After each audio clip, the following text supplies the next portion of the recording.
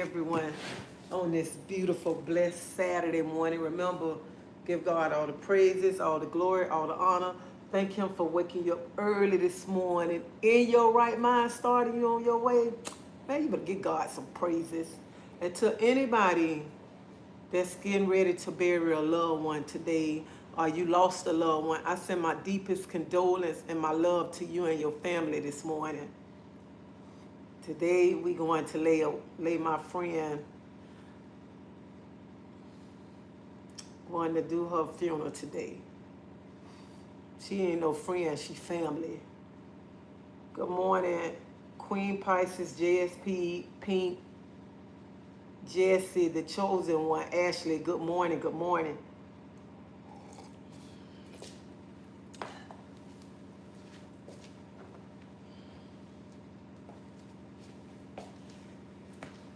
So I hurt my feet.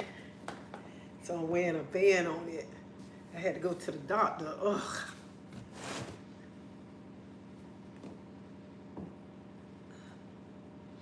So I'm still trying to put all my wraps up because I washed.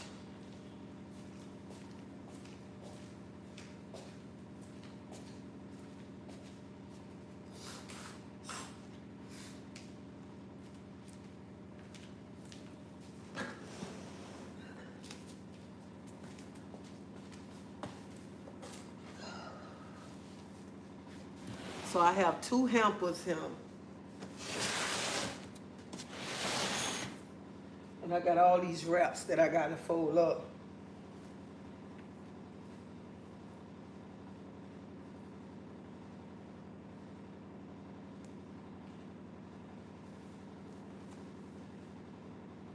I already folded up a lot of them.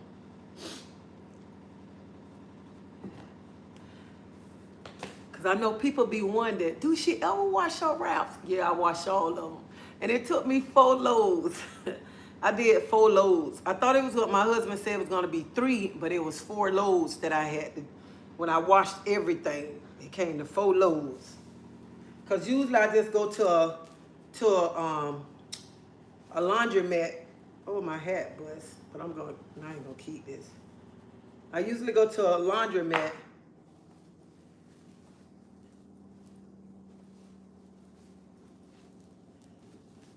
But I didn't get to go.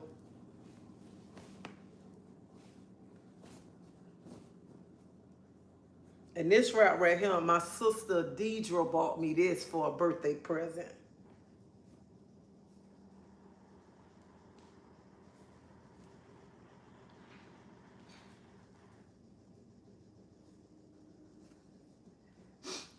And these hats here, I keep these hats because like when I wash my hair and I'm finna go somewhere and my hair's still kind of wet, I just put these hats on.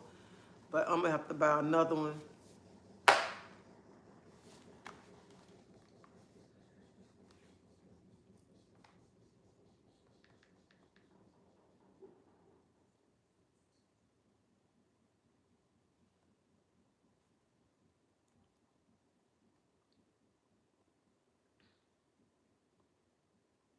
In other news. So on Saturday morning is my wash day. So I'm washing clothes too.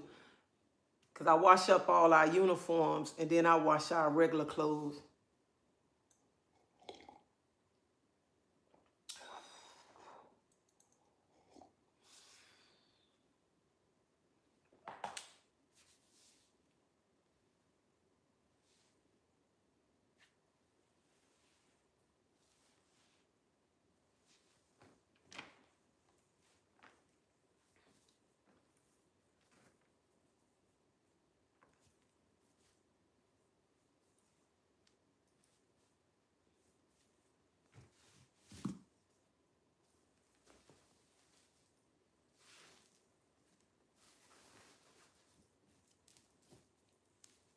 And most of these, if anybody thinking about wrapping their hair, most of these wraps come from DD's.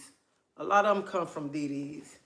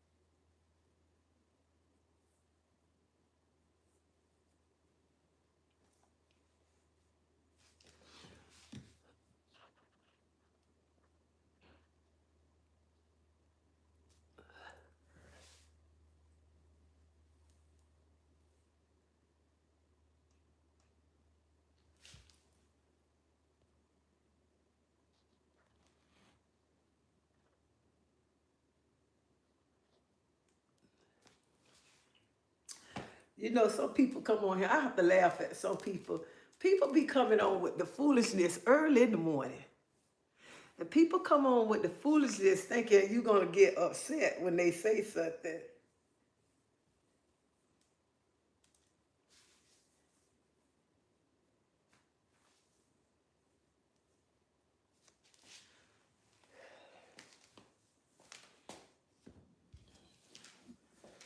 So like I was saying, on Saturdays, I get up, start doing my laundry too.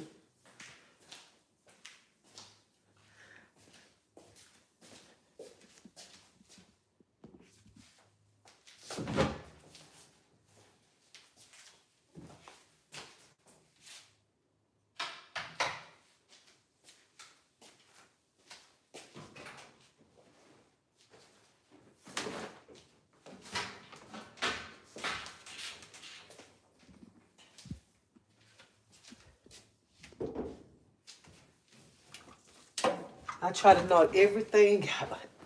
Everything. I ain't got time to be sitting around here chum out waiting.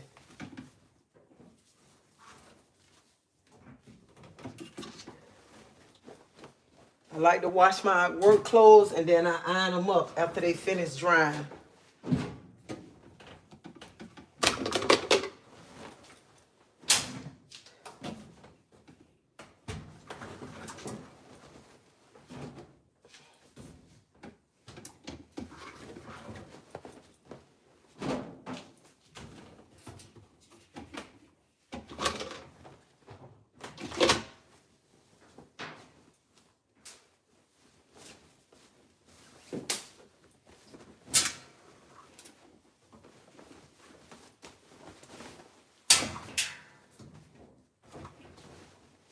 So I wash my work clothes, then I put my husband's work clothes in the washer.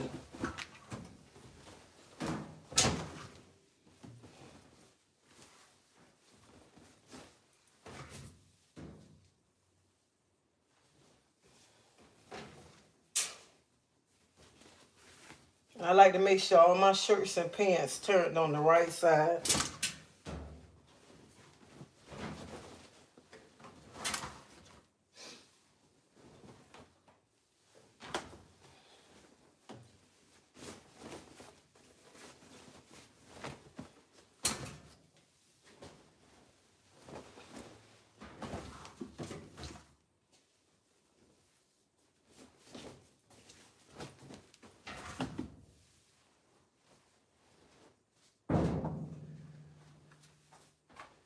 So all this is just work clothes.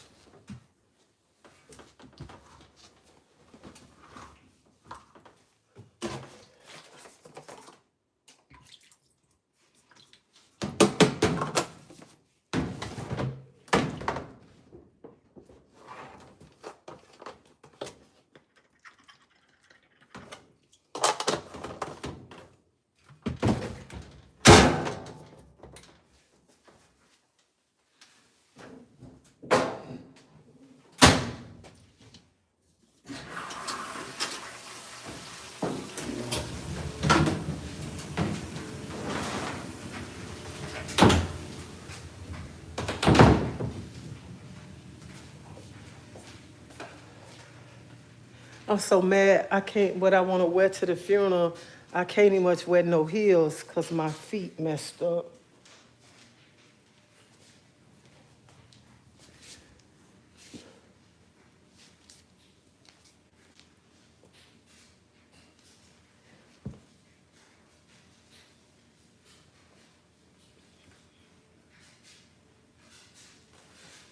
I want to say this morning.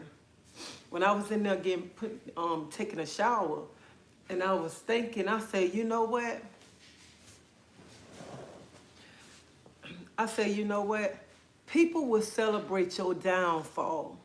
People will celebrate when you weep. People celebrate when you having a meltdown.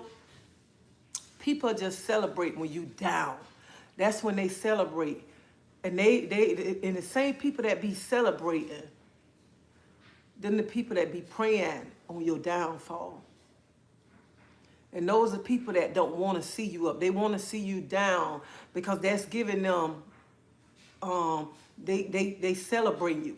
They celebrate you because some people love to see when you so weak and don't have nothing. And they just love, they sit back laughing because you sitting there and you're breaking down. You're crying. You're all down to the ground. And sometimes you're down to the ground where you don't want to get up. You just want to stay down because life is just beating you up. But when you begin to get your power back and you begin to know who you are and you begin to love yourself and you begin to put yourself before everybody and you begin to show them the real you, to show them how much power that you really have, that you're not a weak person, they don't like that. That's when they really, really begin to tear you down. Some people just want to see you down all the time. And some people just never want to celebrate your accomplishment. Never want to do that.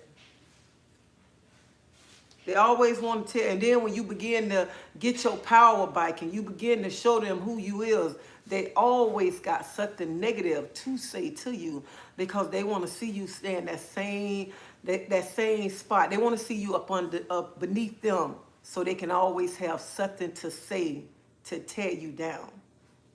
They don't want to see you come up. Y'all hit that like button. I got 146 people in here. Now, you mean to tell me I only could get 37 likes?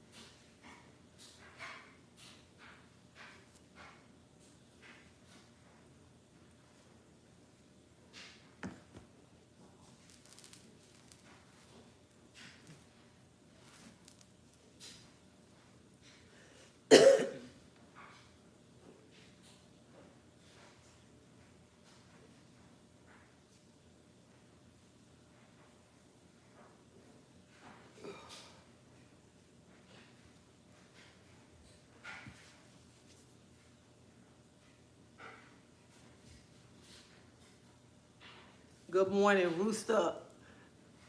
I don't have nothing for nobody. Only thing I got, I'm trying to get some for myself, sugar.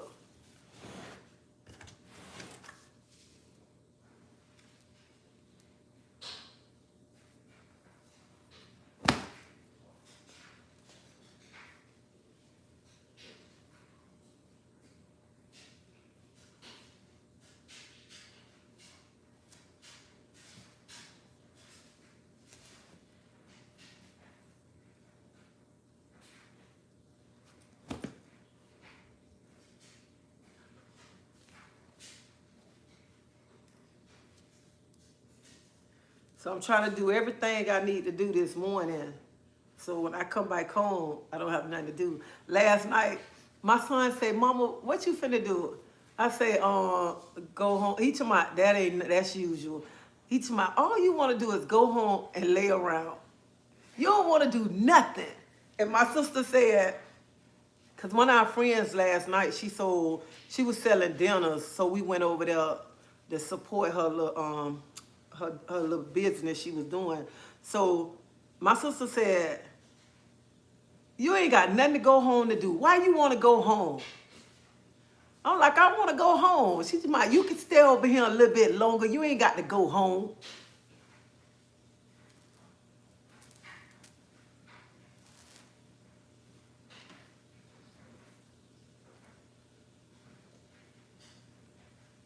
I said, girl, I'm going home.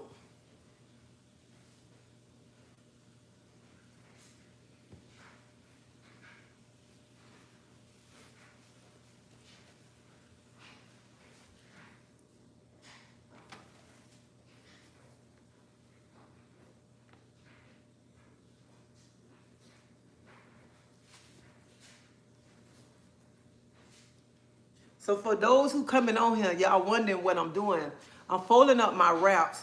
These are my wraps that I have, and I just washed them. I've been washing them since I started washing what, Wednesday?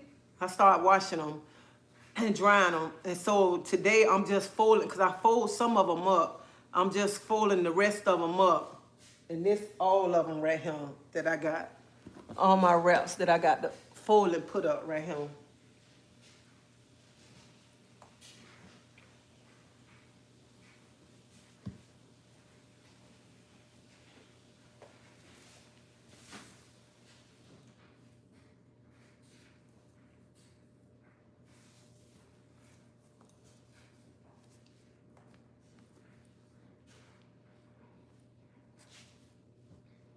And these hats here, I buy these hats to put on my head when I wash my hair. Whenever I'm going somewhere, I use these.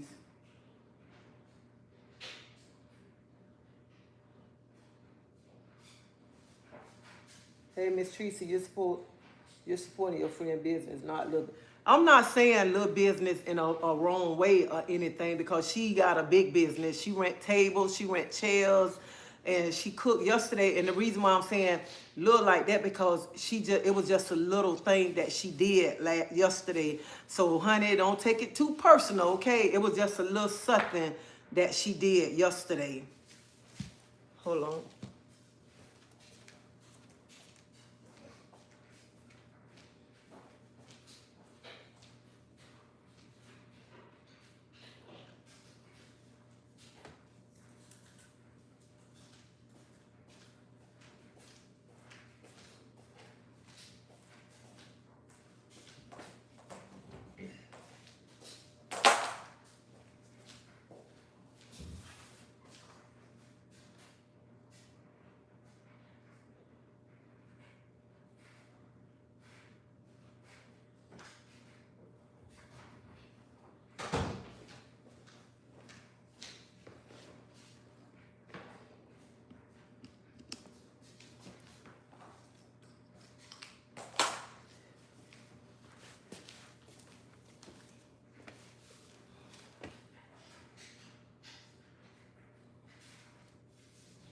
So any one of my sisters that supports, have a business here and they do stuff, I try to go and support them. I do. But some people, when you go support them, they don't support you when you start doing your little thing, your business. If you're going to do a little something, some of them don't even much come out to support. And when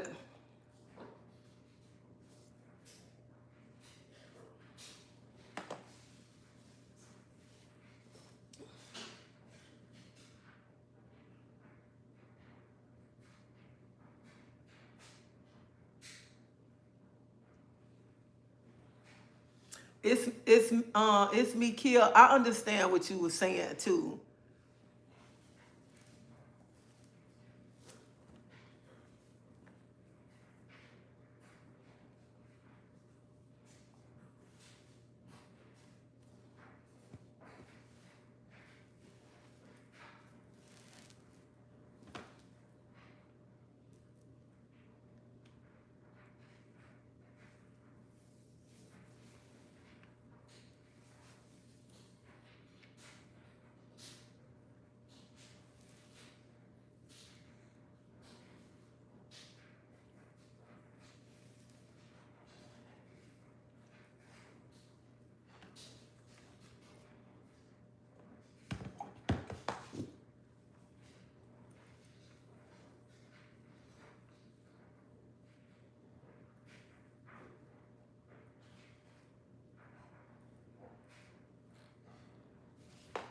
Shoot.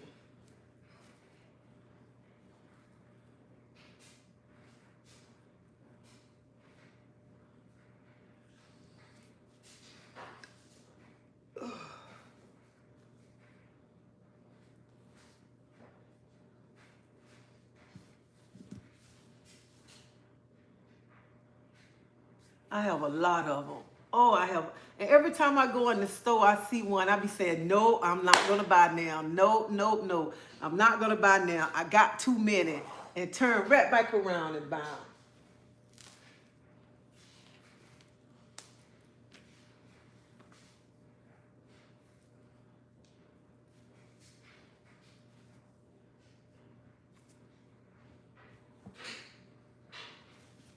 Turn right back around and buy some.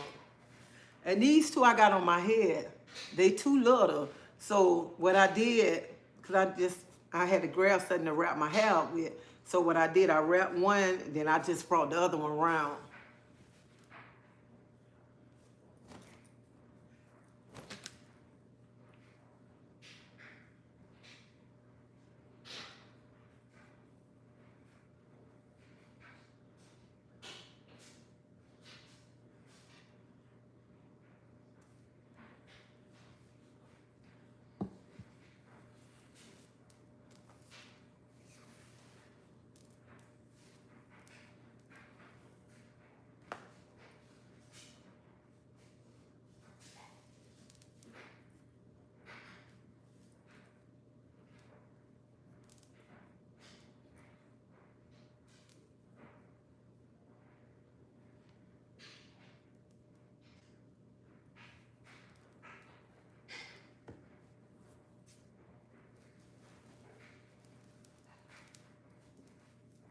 So these right here, these the ones I just took out the dryer.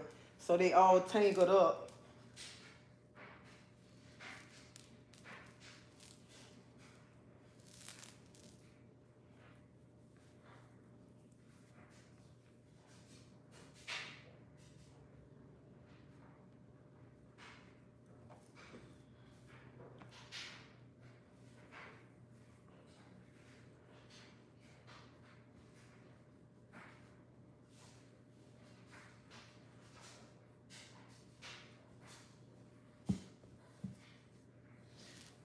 Yesterday I was going crazy looking for this wrap.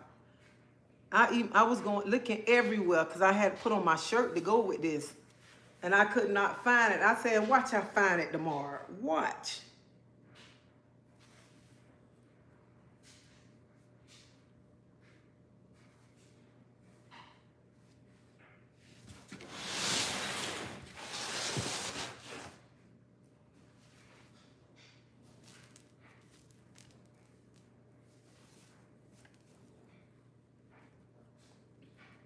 So I already don't fold the lot up in this one already. I don't put a lot in him. So this is my other hamper.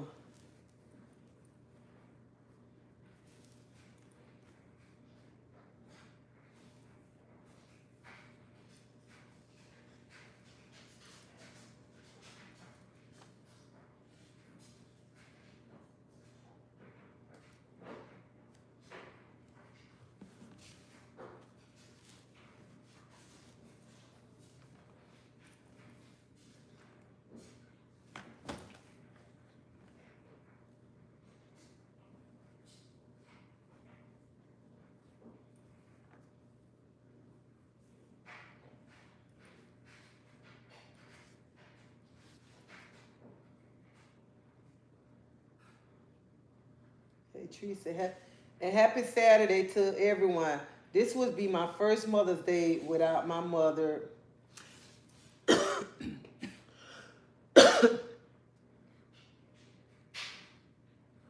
I know tomorrow gonna be a hard day for a lot of y'all. A lot. And I just pray that y'all think about all the good memories that y'all had with y'all mom. And y'all mom wouldn't want y'all to sit and be sad.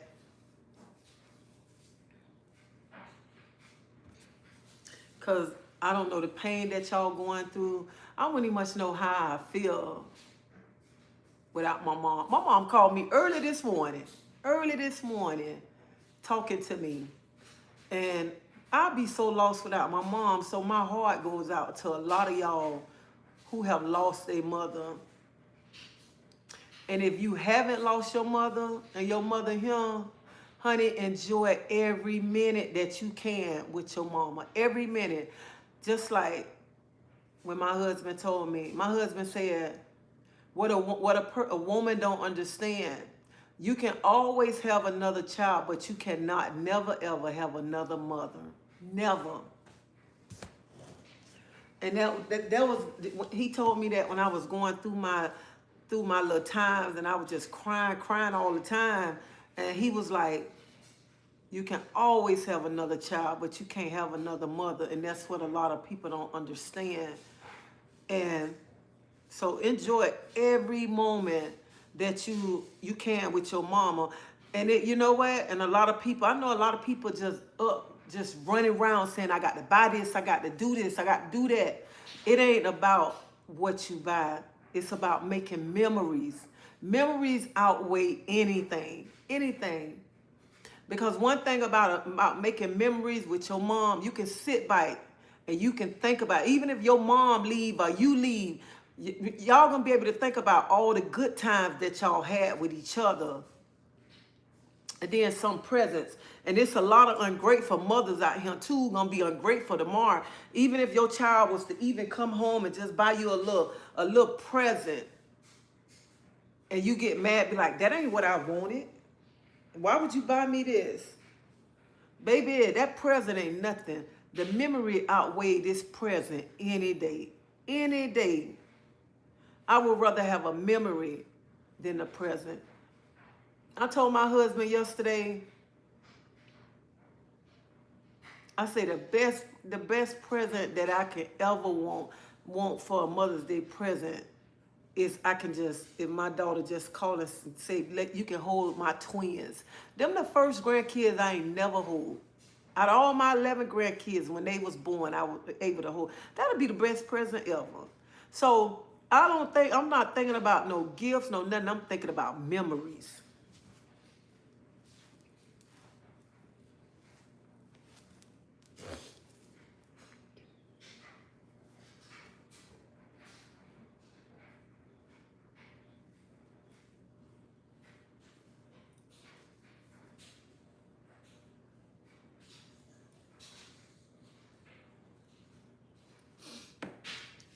My oldest daughter bought me so much that even if she say, Mama, I ain't buy you nothing, I wouldn't even much get mad because she got 3 kids and she tried to buy me every holiday. Every holiday, she tried to buy me something or she just bring me something. I'd rather have the gift, the memory than the gift. And if she say tomorrow, I ain't buy you nothing. Oh, well, I talked to you on the phone. That's all right. And I know I'm going to see you when I come over there.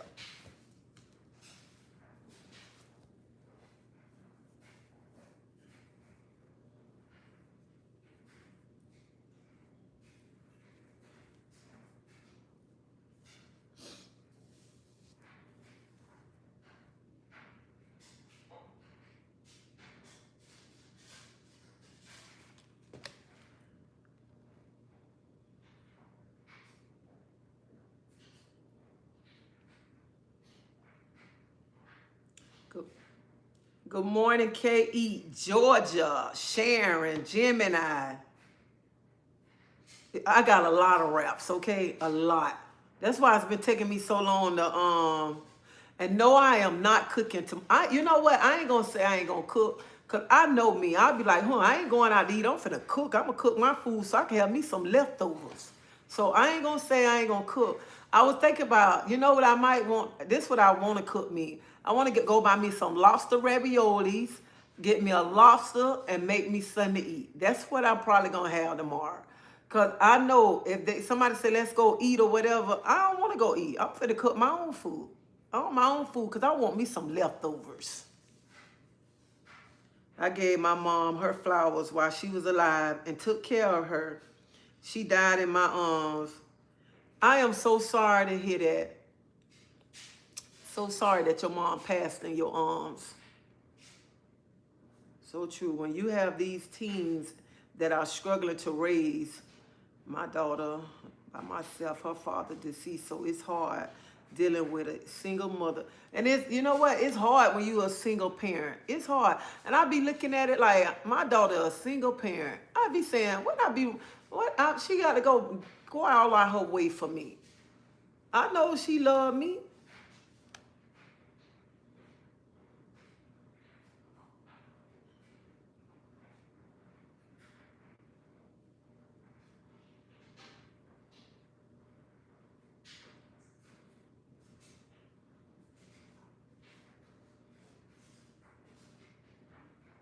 I'm going to cook and have a little memorial at my house for my mom and my daughter.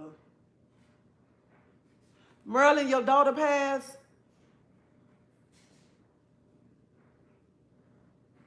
Oh, with my daughter. I'm sorry.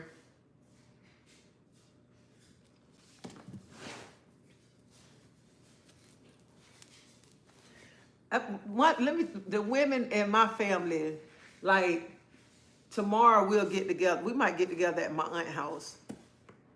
We just be too busy having fun. We don't even must be talking about what somebody got, who bought, what their child bought them. We'll never talk like that. We just get over there too busy. They get on their wine. We go to play at dominoes.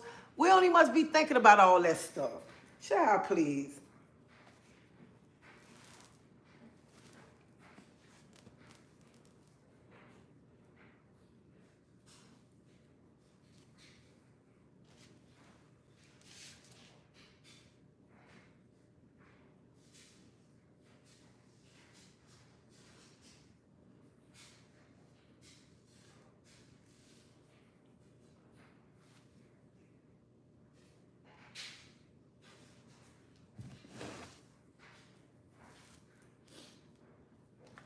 And it's so crazy because other adult women be so worried about, be like, let me see what they child buy them for Mother's Day. I'll be like, that's crazy. You up in age worrying about what somebody else buying their mama for Mother's Day. Honey, when you a mother every day, you ain't got to wait till one day to get a present. One day, like, you know what? Like, some people have to wait one day to get a present because that's the only time they'll get a present. I'm just using this example, like Valentine's Day.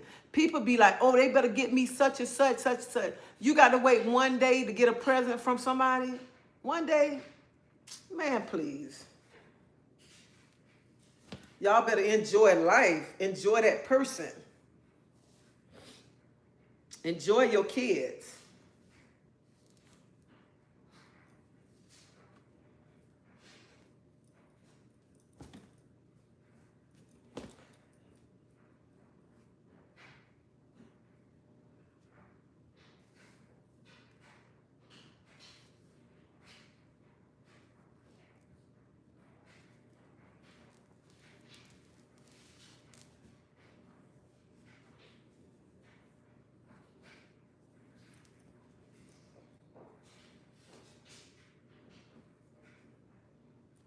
Yeah, I got that ice gold and green. I got it.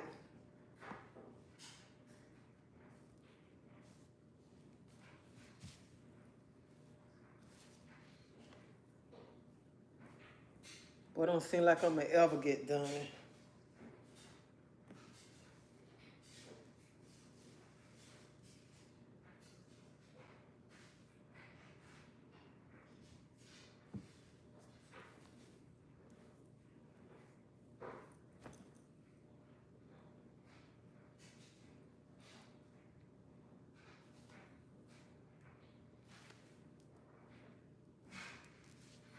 So most of these wraps they come from all over. The highest I don't pay for a wrap was like almost $50.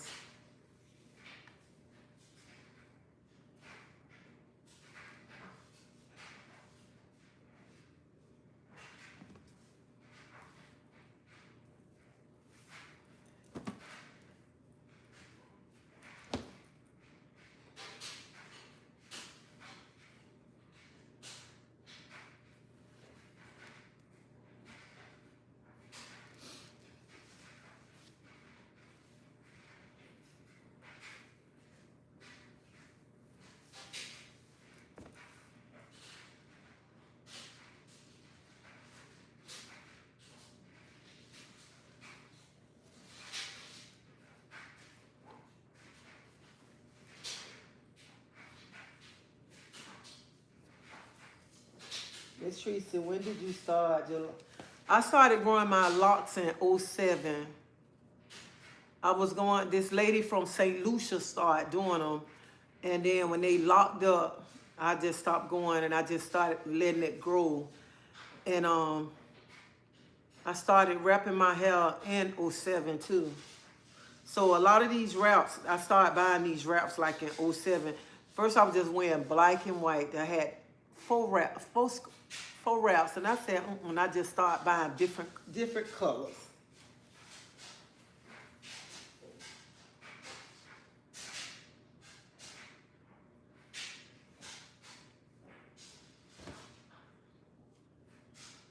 And I don't, you know what?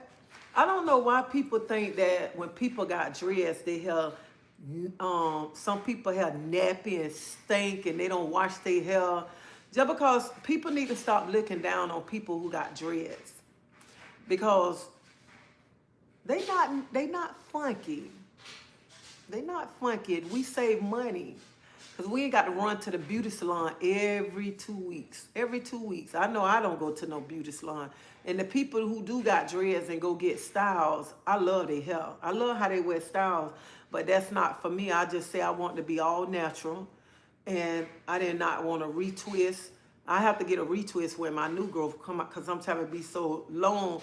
And then sometimes my hair do pop off when it start getting real long.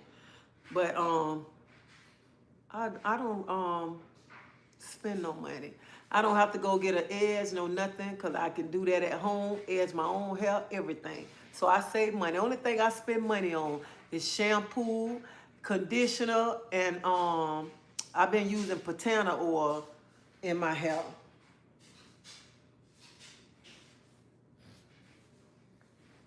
And honey, let me tell y'all, I love to see them young men. Honey, when them young men be having them wicks in their hair, I think that's what they call them, wicks. When they have them in their head, and they some of them got their dreads and they so nappy. I be stopping, I be like, oh, I love your hair. I love your hair. I love your hair. Even when I be seeing parents with their little kids and their kids got dreads and they look just so nappy, I be telling the parents, I say, I love your child hair. I just love the natural look. I love it when it's nappy and it's natural. I love that. Even when women got short hairstyles, when they cut their hair real short and got the little afro, I love it. I don't know, I just love natural hair. I love natural hair.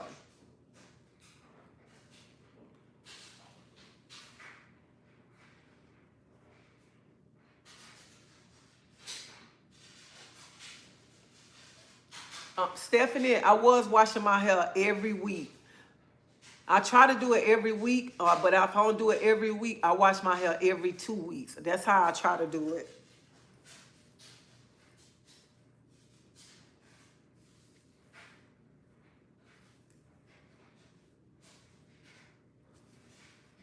And you know what? Some people be around here, they be like, some people be talking about these young men. They need to cut that nappy junk off of their head and this and that or whatever. You know what? Back in the days when the men's had dreads and stuff, they let their hair grow for the strength and everything. They just ain't go around here cutting their hair. People be looking down on these young boys, talking about that don't look good or whatever. Man, please.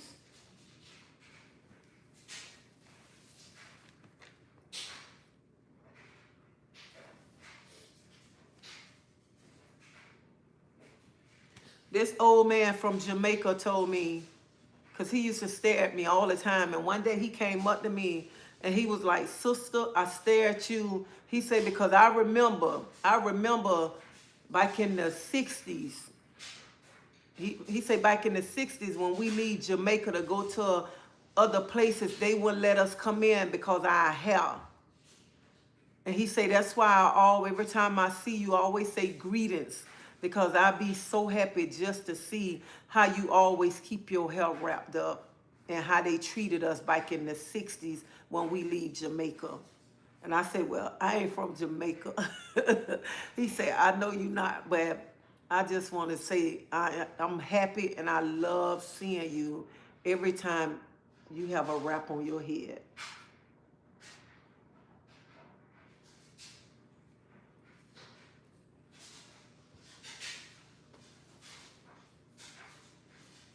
I have locks, but I love wigs. I love to see them young men with their wigs and they standing. Y'all, I just love natural hair, period. I love natural hair. That's why when people say your hair, her nappy heads, I don't care because I am nappy headed. I'd rather have nappy natural hair. Let me shut up.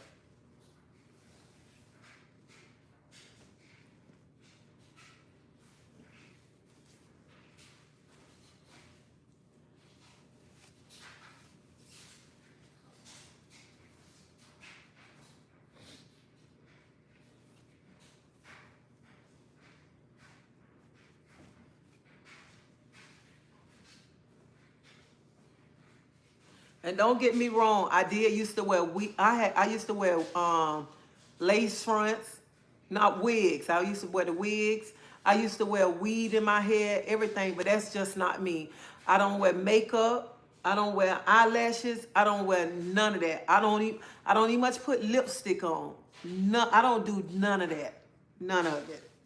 And I ain't got to go put makeup on or none of that because my face already too beautiful. And I'm not saying that to knock anybody, because some people when they wear makeup, y'all look beautiful with makeup on. When y'all wear on lashes, y'all look beautiful. And I ain't gonna lie, I tried to wear the lashes, but lashes and glasses don't mix, okay? And that's not me. I'm just, y'all, I'm just old school, okay? I am very old school.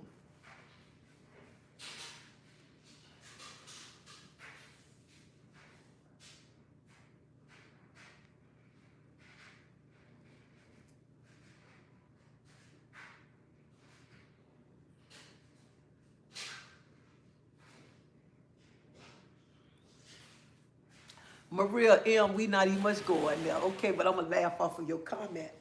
I'm gonna laugh off of that.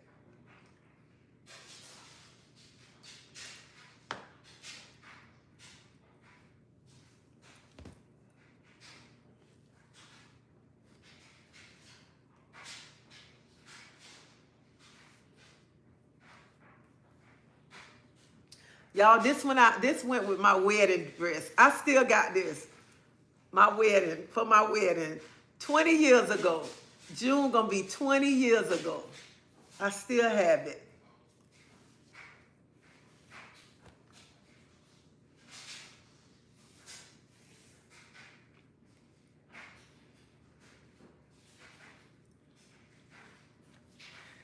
You know what? I'm gonna show y'all something. Let me see if I can put it up yet.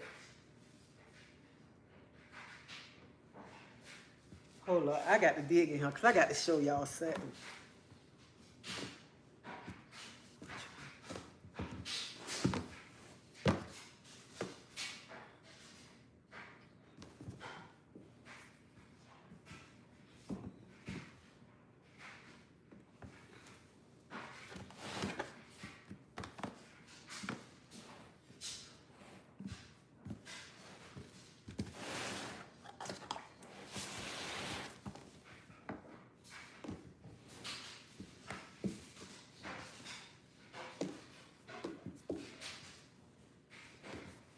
I know I ain't folded up yet.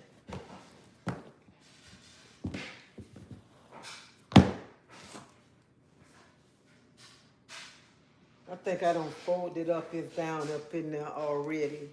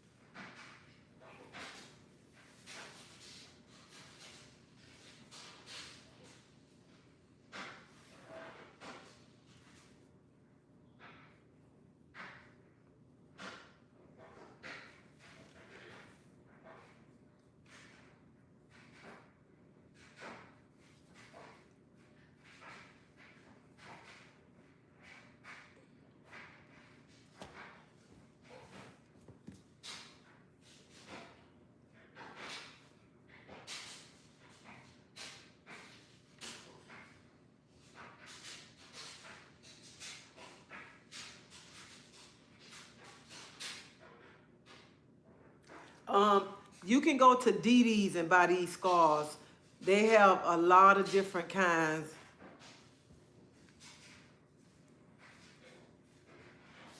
And if you want some solid ones, it's a store. If you live in Tampa, it's a store in Brandon. They sell a lot of different scarves in there too. But some of them don't be they like this material here, but they got a lot in there. It's a Muslim store. I go in there too and buy wraps.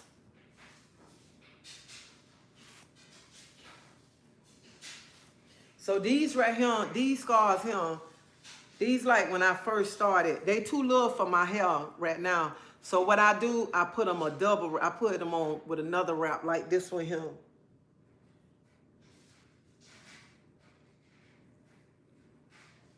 They long enough to go around, but they not long enough to go over my whole head.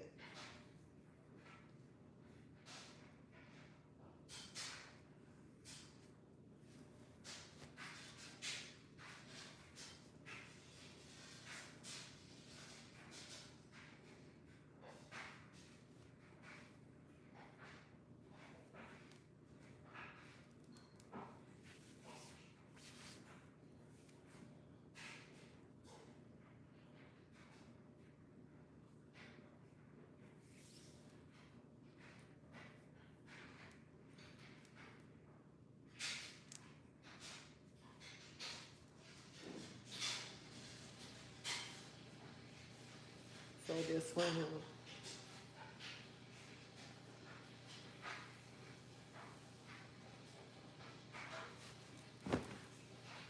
And these wraps, the highest they is, they like $6.99, but they start at $3 and some change.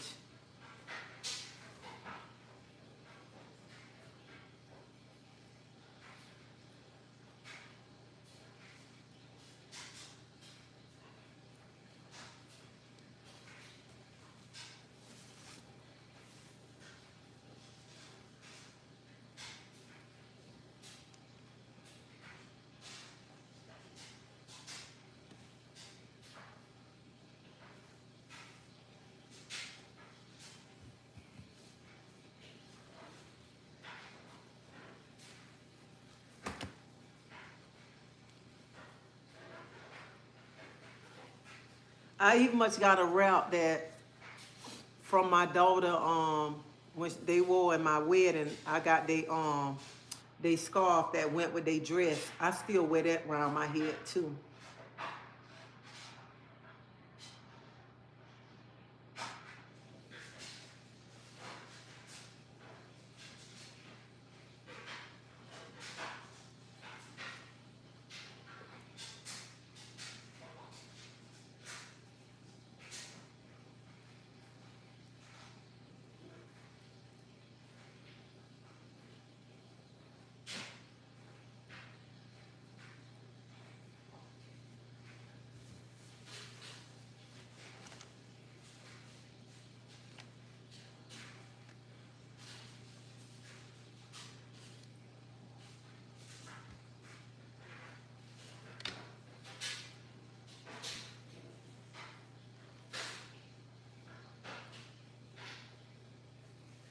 So last night when we was all together, we talked about old school. So I want to go old school this morning.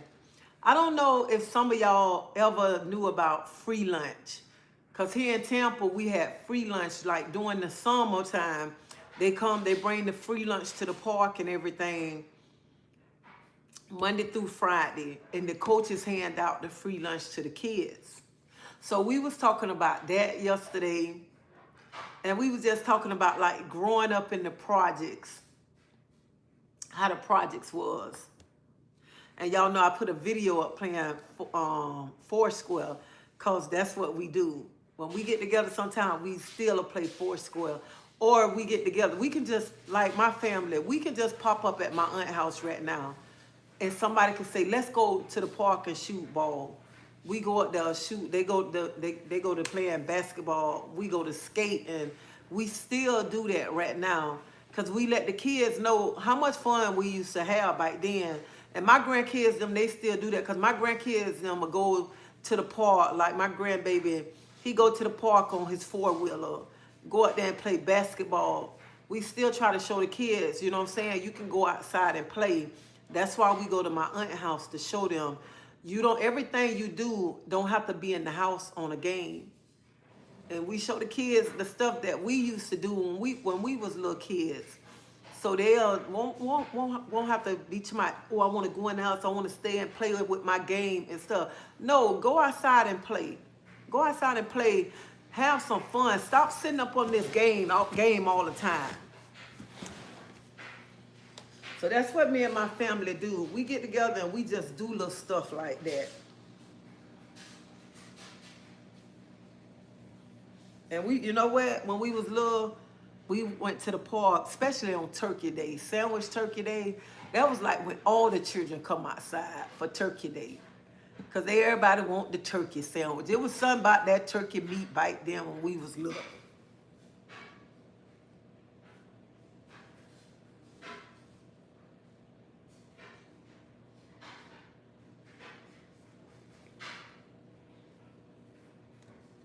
My grandbaby be eating much to my son. Now I need a fishing pole. I said, you need a fishing pole. He told me, yeah, you don't know how to fish? I said, I ain't never went fishing before. He gonna tell me, well, I need a fishing pole. I said, well, Camp, I ain't finna buy you no fishing pole. Because every time you want to do something, you want to do it one time, then you don't want to do it no more. He told me, no, I can come fishing when I come over there. I said, you ain't keeping no fishing pole over here, okay? Everything he do, he want to do it outside. I'm happy. My aunt yard, they got a little basketball goal out there. They go play basketball. Thank you. They go play basketball out there. There's a trampoline in the backyard. I remember one day I would say I'm going to go back there and jump. That's when all my grandkids used to come over there then. I said, I'm finna get on there. They say, Nana, you too big. You might break the trampoline. I said, I know y'all shame. I said, I used to do this kind of stuff when I was little. But you're too big right now. You might put a hole in the trampoline. I said, I know they shame.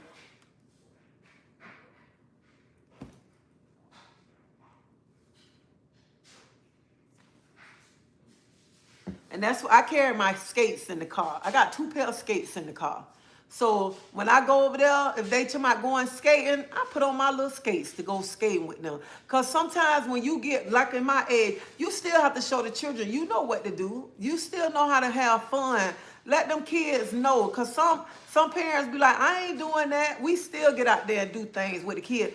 Be out there racing with them. I don't be doing all the running because I can't run that good. But my nephew, them, they get out there and they race with my granddaughter. All of them be racing. We still do stuff like that. You got to let those kids know everything is not inside the house on that game. Let them kids come outside and play. Let them children, every time somebody bring their kids, my cousin, my twin them brought their kids over there. Honey, little girl, she told me, quit getting dirty. Girl, let that baby know what dirt is. Some people feel, oh, my baby ain't getting in no dirt. Honey, let them children know what dirt is. We got dirty when we was little. We played mud in the mud. We made mud pies. I don't know if some of y'all did, but we made mud pies when we was little. There ain't nothing wrong with them children getting dirt on them.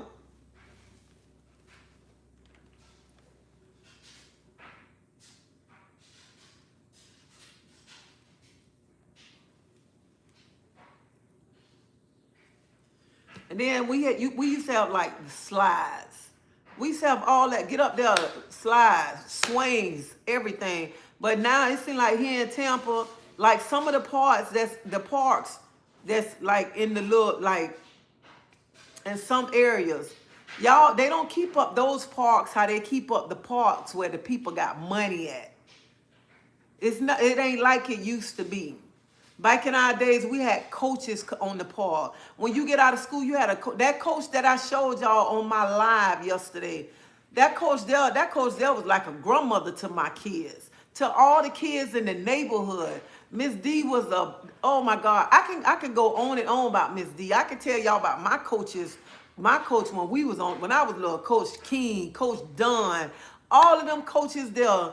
Them coaches, they looked out for the children. Even if the children needed help with the homework, they helped the kids with the homework. If the children needed food, they helped the kids with got food. made sure those children got out there and played basketball with the kids, kickball, all those kind of stuff when them kids was little. Now you don't even much have that.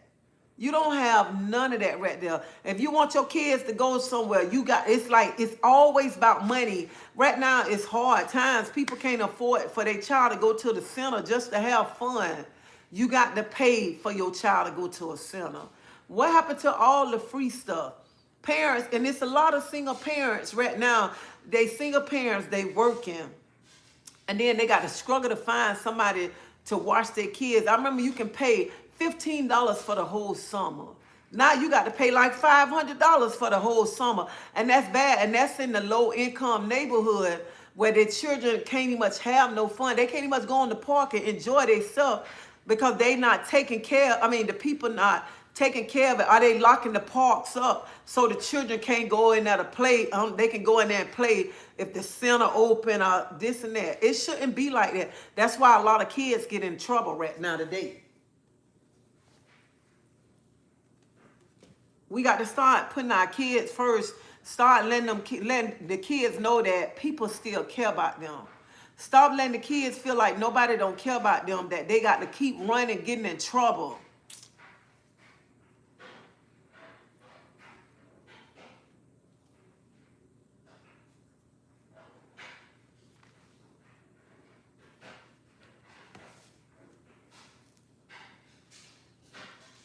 Let's remember the Boys and Girls Club back in the days. And you sure didn't have to pay. Yeah, and then we used to play jikes, and I'm glad you said that, Marilyn. We used to play jikes, and y'all remember, play marbles. You do the circle, make the circle, put all the marbles in there, then you trying to hit the marbles out. We used to do all those kinds of things when we was little kids. Now kids don't know nothing about that because parents not even much teaching those kids. Now, some parents too busy. Your child 13, 14 years old, you want to smoke the blunt with them right now. Smoke the blunt and do all that. You want to be your children's friend. Let your kids know it's still things out there that you can have fun with and study the things that you're doing wrong. And you know, some kids just wish they had somebody that just guide them in the right direction.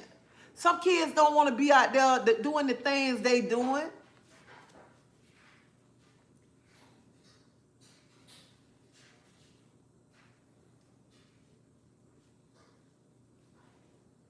Communities is long gone, and it's unfortunate. I had a ball when I was a child. Those was the days. Kids don't like to play anymore. Sex shooting is what they like. Shaking my head with the parents. Ice kids today to jump rope and see if they can do it. They can't jump rope themselves. So tomorrow, if I go to my aunt's house, that's what I'm going to do. I'm going to see about the kids jump roping.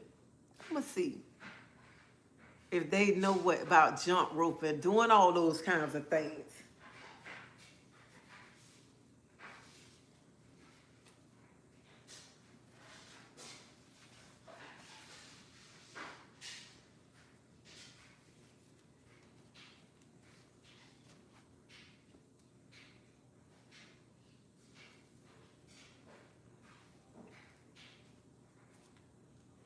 So the lady that was talking last night, her name Net. We call her Net for short. But I told her, like I had told, I say, remember when we was little, they used to have, during the summer, y'all, June, July, and August, twice a month, they used to have a DJ come to the park, go to each project. In Tampa, let me big up Tampa one time. Let me big it up one time. So our projects was Riverview Terrace. I'm going to say Riverview Terrace because that's where I'm from. I'm going to say Riverview Terrace first. Well, this how it went. Riverview Terrace, Rovers Park, West Tampa, College Hill, Ponce de Leon, Jackson Heights. So a DJ will go around and play music. DJ on the park, and they come out. I forgot, it's one, is it Rembrandt and Port Tampa. I can't forget about Port Tampa. I can't forget about Port Tampa. So they go around during the summer and they used to come out and play music. And everybody in the neighborhood used to come on the park when the DJ. It wasn't no fighting, none of that. And I know at Riverview Terrace. And that was every summer when I was growing up. Two times out the month. Every summer. And that was so nice because you see everybody coming out. Everybody. So then Riverview Terrace, okay, we got grown up. We played, in Riverview Terrace, we played softball a whole lot. Because I played softball. So in Riverview Terrace, we got a DJ named Lefty. That's my baby. I'm gonna have to, when he come over there, I'm gonna have to show y'all him. Because he be to my aunt's house. So when we can just get off work and say, let's get a softball game going. All the adults that play softball, we come out and play. And then the people in the Riverview Terrace to come out and watch. Somebody go to barbecuing. Lefty go home, get his DJ, get his equipment, come back and DJ. And that's how we used to do it in Riverview Terrace. All the time. And yeah, it was bad times over there. But one thing about it, we was a family, we come together when somebody going through a situation. And that's how like all the projects is here in Tampa. People come together in the projects. And I miss those days there.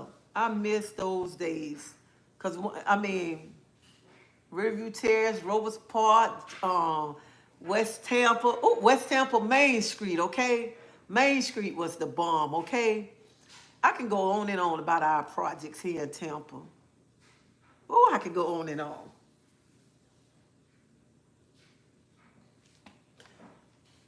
I would be 71 June 3rd and walk 600 steps a day, weather permit. I know that's right, Carolyn. Yeah, hula hoop. Man, I was bad in hula hoop. You couldn't tell me that. Nah, I can't even much hula hoop. Take that hula hoop and go around, then bring that hula hoop around the neck. Man, please, you couldn't tell me nothing when it came to a hula hoop. I was bad. Then take that hula hoop and put it on your leg, too. Oh, my God. I had so much fun. I know in New York, I know y'all had a lot of projects. When I was a little girl and my friend, well, she my god sister, her name Maria. When she used to go back to where she went? New York for the summer. Man, and she come back. I used to dream about going to New York. When she come back and go to talking about New York, I always said, I want to go visit New York. I used to always say that.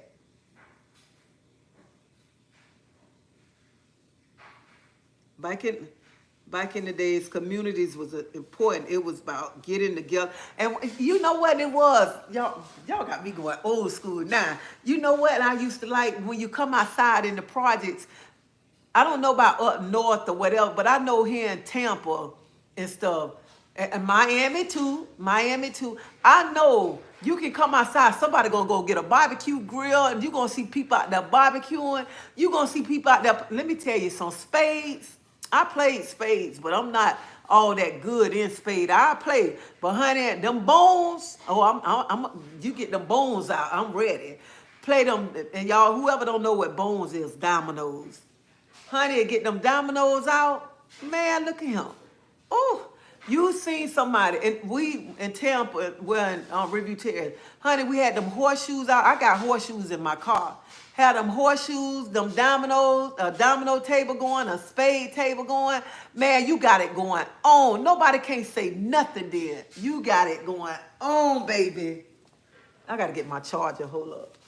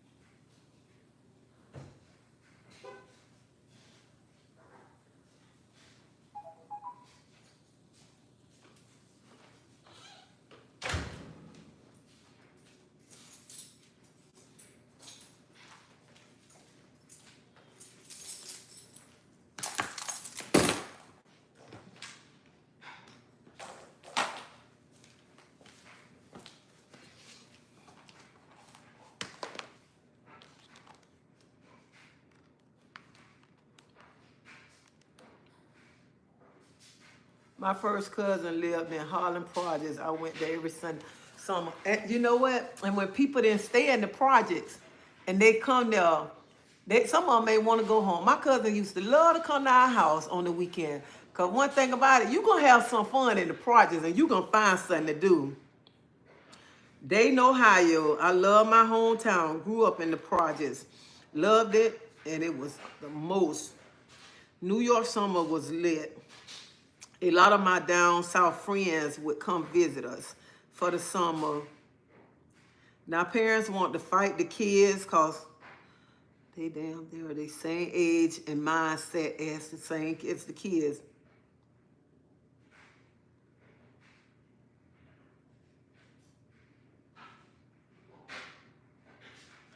Lady Drill, I haven't hula hoop in a long time.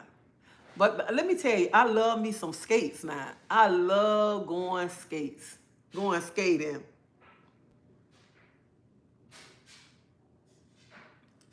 The Bittersweet.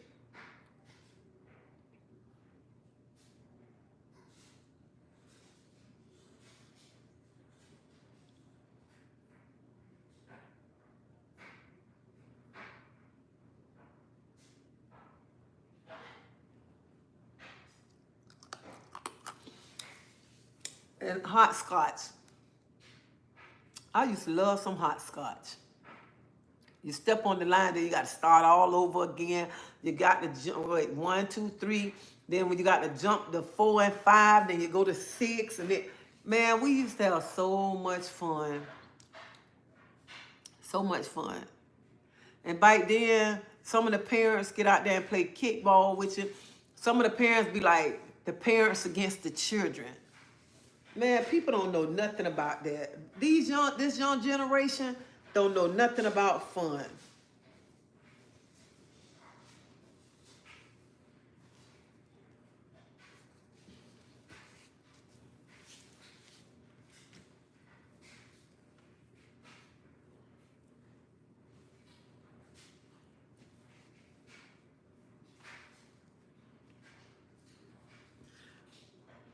They don't even much know, probably don't even much know nothing about dodgeball.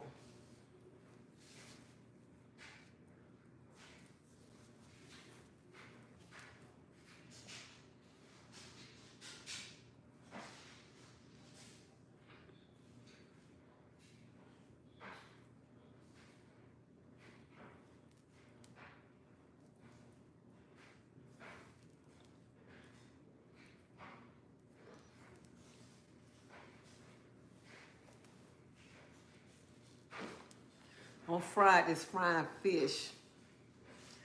That was a must, fish and grits.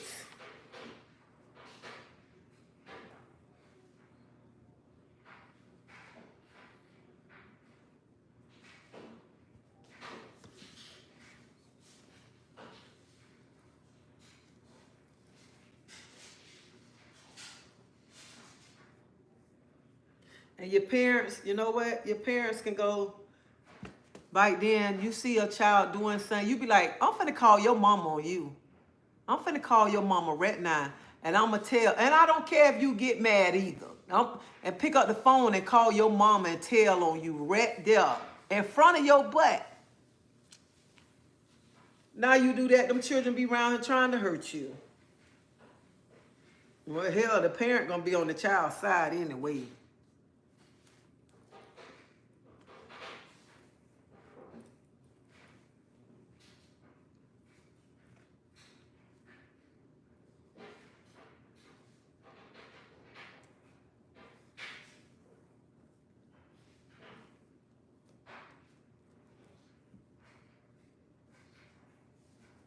So, and I'm talking old school too, because like I say, some of y'all, I know some of y'all already feeling sad right now because tomorrow Mother's Day. But think about all the good times that you had with your mom. That's all that matters.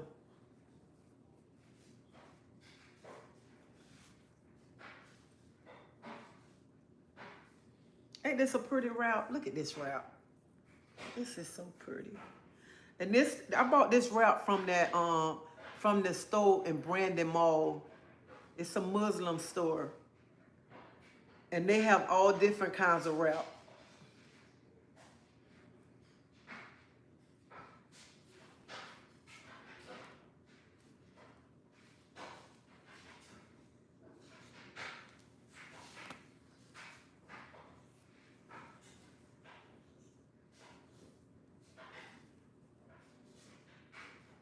I like this one too.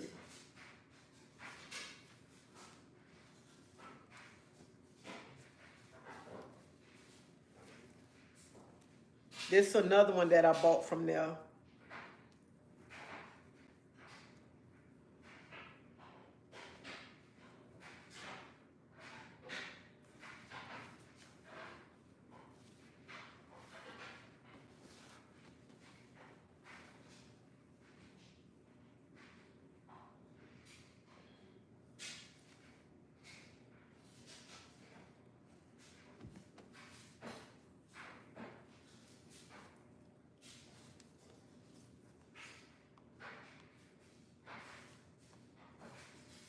Yes, my mom is still here, but we don't see eye to eye on things right now. Oh, they have a fitness hula hoop class. Thank you, Ebony. Big up T. All is well with each and every one on this rainy day. Oh, Carolyn, it's raining. It's so hot out there. It ain't raining here in Tampa.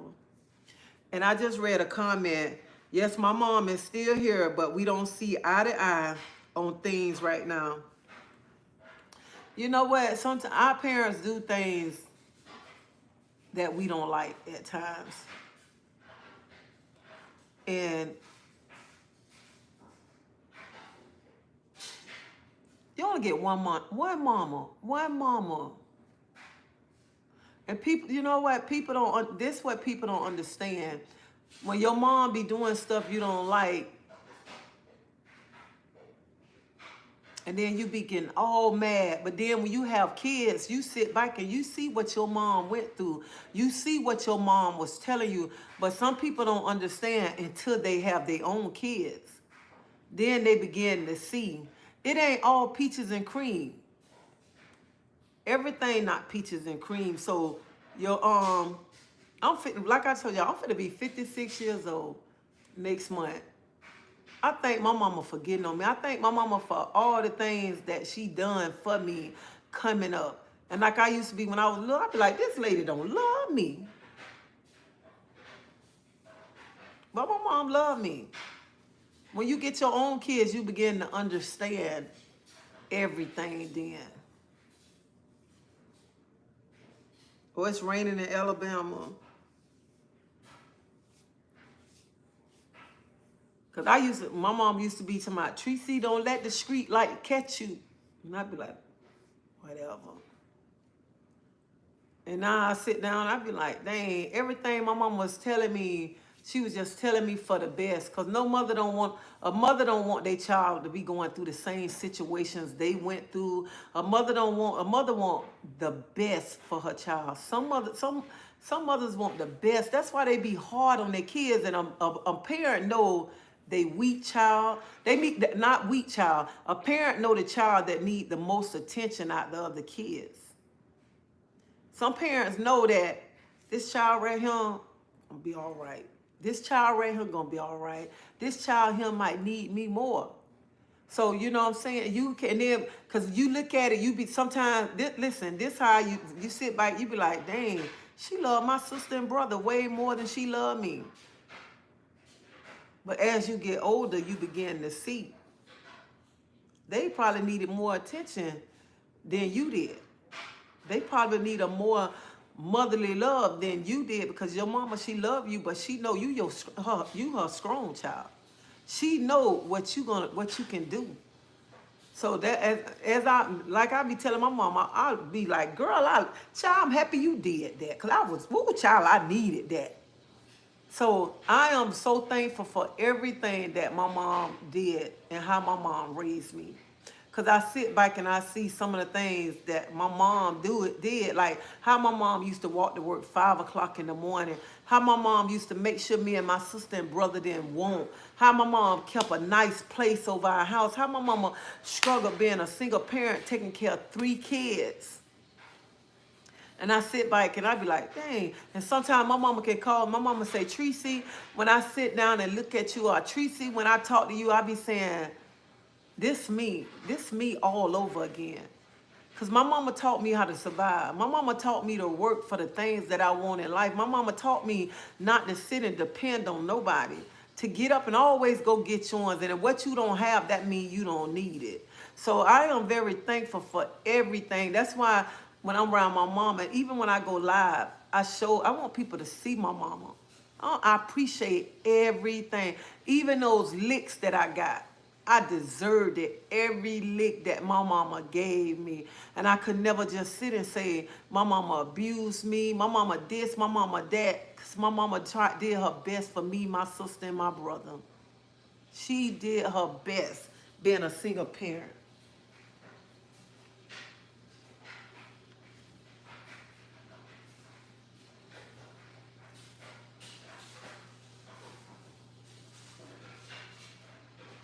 And I look at my mom and I be like, my mama worked for Hillsborough County Schools for 30 years. 30 years. My mama started working there when I was going there. Her grandchildren don't went there. Her great-grandchild don't went there while she was there. I think while she was there. Then my mama worked at Family Dollar, went to the school board, and then went to Family Dollar after her first job. Worked on her second job, 17 years. 17 years. So I appreciate it because my mama taught me my work ethic. Nobody else. My mama taught me that.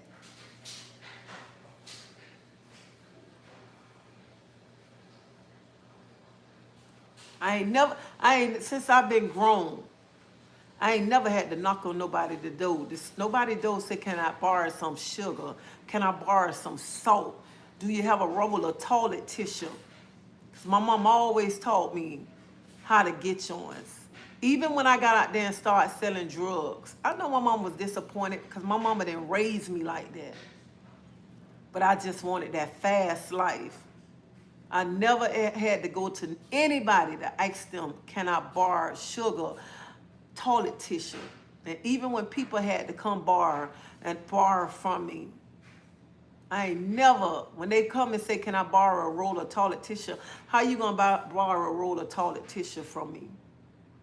You can have a roll of toilet tissue from me. Matter of fact, you can have more than a roll. And I just look at it and I am so thankful. So I know some of y'all mad with y'all mom or whatever, but y'all think about it. Sometimes your mama do things for the best because a real mother, always want the best for their kids.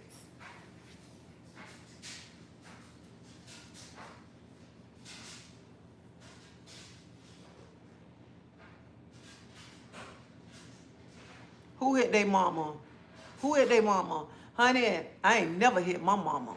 The devil is a lie. I ain't never ever hit my mama. I ain't never cussed my mama out. Because listen here, I ain't cut my days short for nobody. When my mama made me mad, I'll walk off crying before I disrespect my mama. Because baby, I only get one mama. And nobody can ever take the place of my mama.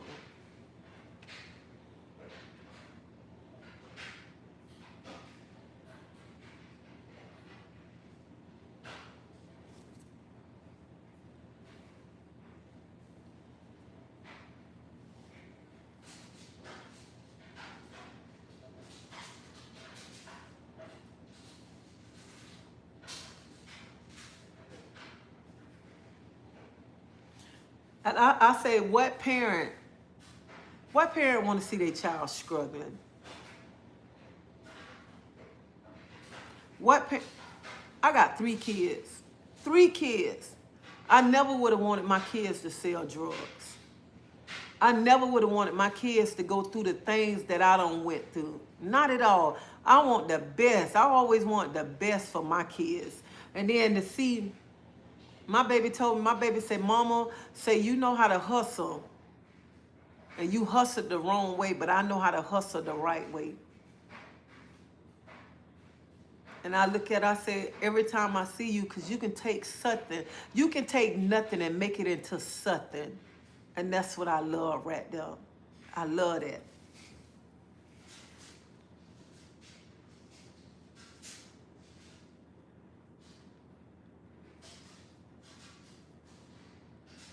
Like some people be saying, people say, she let her overgrown son stay with her. Yes, you'll stay here until you get ready to go out. I don't want you to go out and keep falling, then got to keep coming back. And people don't even much know why people kids be home with them and stuff. I know a real mother, you don't want your child out there struggling. Not every mother want the best for their children. I heard some horror stories. It's a lot of people that have children that should never have any. I keep my daughter on my hip, and I was overprotected. Yep, and it's some parents out here. It's some parents, and I like you say, you heard horror stories. It's some parents would rather see their child struggle than say, I told you, this and that. No, I'm gonna be honest. No mother want to see they child, they girls, even they girls going through stuff that they don't went through. No mother, a real mother always want the best. She want the best for all her kids to succeed, all her kids to make it in life. That's what a real mother want right there.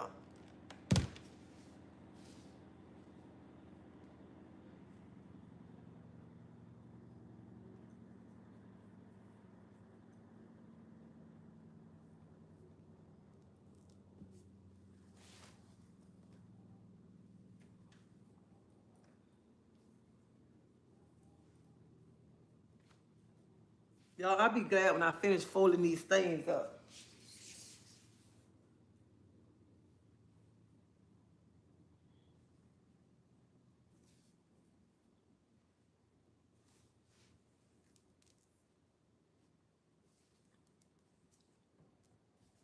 And I know some of y'all be getting mad when your parent be telling you something. And I know I got some young people on here. I know you be getting mad when your mama be telling you this and telling you that. You be so mad with her. But your mama be telling you stuff for a reason. She tell you stuff sometimes because she don't want you to go through what she don't went through, or the struggles. So don't be getting mad. Sometimes you got to listen. But then when you get older, you sit back and say, oh, now I see what my mama was talking about. Now I see exactly what she was talking about.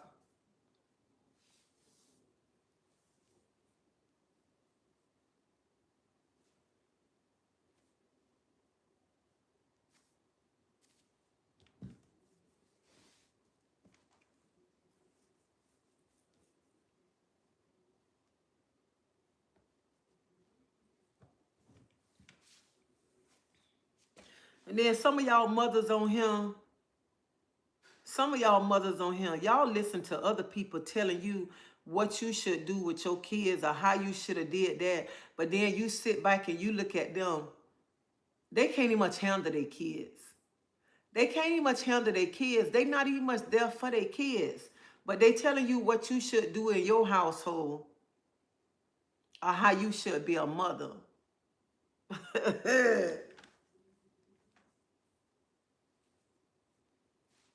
And they not gonna show you, what their kids doing to them. Because they want to paint you this perfect picture thing.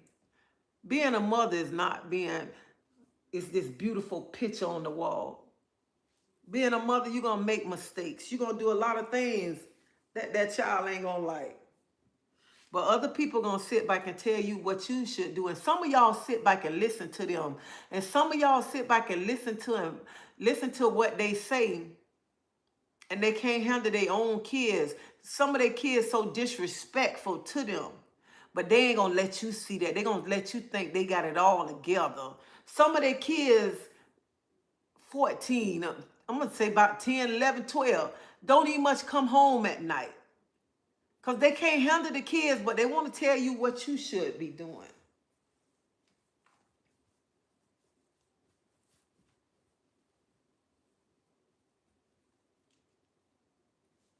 And some of y'all sit right there and listen to they bull crap. You're going to listen because you don't know. You really don't know what's really going on in their household because they not showing you.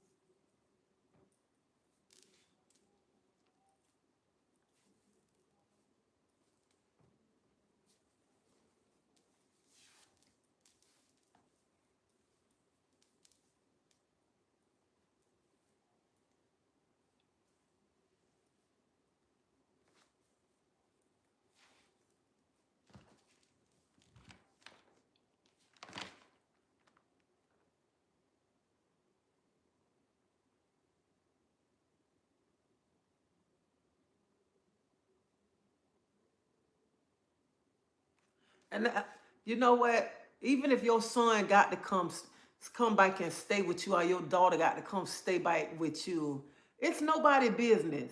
That's your child. That's being a parent. Cause who want their child sleeping outside under the bridge? Who want that? You know, somebody told me if my child needs something, when I go take it to him, I don't even much roll the window all the way down. I crack the window and give it to him. Do you think I want to be that mother? I want to be that mother because you know what? Our kids make mistakes. Our kids make mistakes. Our kids do things that's not right, that's upset us, that have us crying. But at the end of the day, them still our kids. I want to be that parent no matter what. I'm still gonna be there for any one of my kids. My kids know they can call me all times of night, anytime. My grandkids that know how to pick up the phone and call me, they know I'm gonna jump out the bed and tell my husband, come on, let's go. Because that's how I am. I'm like that for my family, my children, grandchildren, my family, anybody that need me. I don't know about that, Teresa. I feel like my mom hated me because she disliked my father.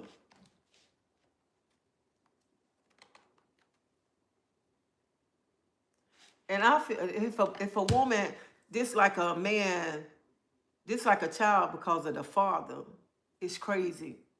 I could not dislike now one of my kids because they father. And first of all, let me tell y'all know I got 3 kids, 3 different baby daddies, okay? 3 kids, 3 different baby daddies.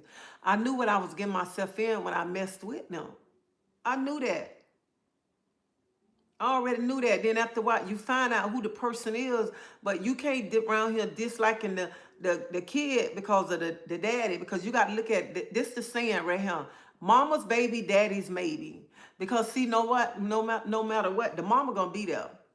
The mama gonna be there. The daddy can get up and leave. And this another thing I don't like right here. A man can get up. A man can get up and walk out that door.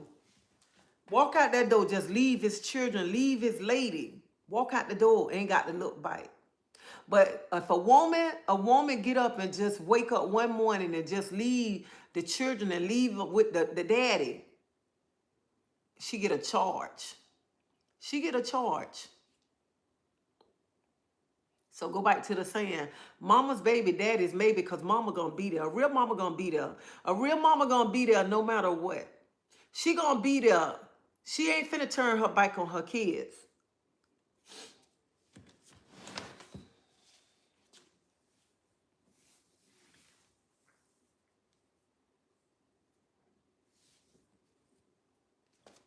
And that's why another thing, you can't be paying attention to what people saying, how people try to dictate your life, how people say you should have did this when people don't really know you. When people really don't know anything about you, And a lot of y'all sit there, y'all be worrying about how people are trying to, what people telling you what you need to do. And some of y'all so crazy, y'all begin to do what the people telling you how you should be running your household, how you should be treating your kids, how you should be doing this, doing that. You sit there and you listen to people. And then you begin to sit back and watch their life. You begin to see how their children treat them. But they telling you.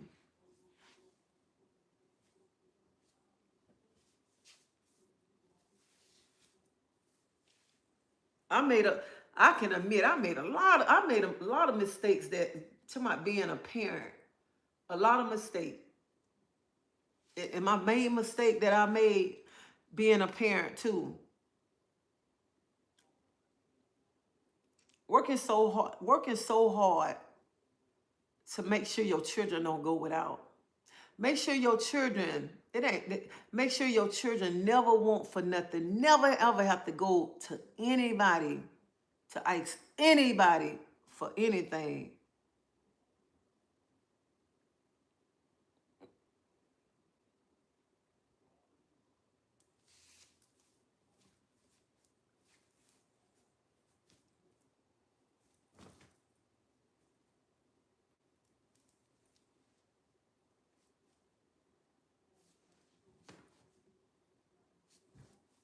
Can't nobody, nobody ever say any one of my children had to come ask for something.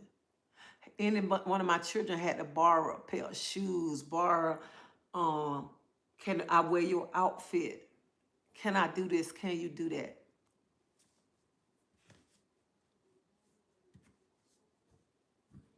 And I know some of you parents send right now, you beating yourself up trying to figure out what you done wrong or this and that. Baby, don't beat yourself up. You did a good job. You did a good job of being a mother. You did a good job. You bust your butt being a single parent. Don't be beating yourself up trying to figure out nothing. You kept a roof over their head. You kept food on the table. Child, please. And when they get out there on their own and they start making mistakes when they get to a certain age, you ain't got nothing to do with it because they ass grown. And when people come in your face and go to telling you this, telling you that, tell them I don't want to hear that junk.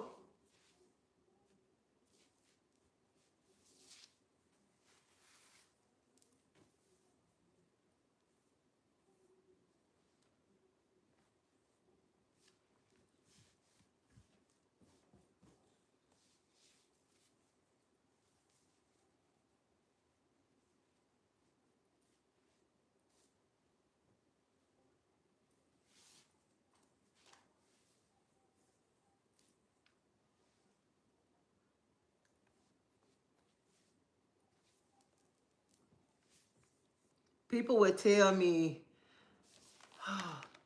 people always telling me they've been businesses, me and my girlfriend, me and my boyfriend going through this. I don't want to hear. There's no perfect way, and it doesn't matter because all they do is they please. Experience was our teacher, and I don't regret anything because my life went exactly the way God wanted to be. I know that's right, Evan. We are human. No matter how big or small, we all make mistakes along the way. You can't learn anything without mistakes, trials, and tribulations, etc. We all have mysteries, including myself. Parents need to communicate that with their children. Stop leaving them in the dark.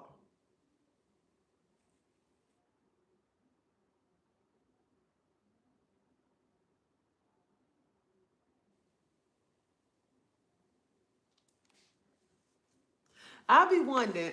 Sometimes I be wondering, like when parents be saying, and parents tell the kids, "I don't like you, cause such and such," and I be like, when I see people like that, like that be hurting.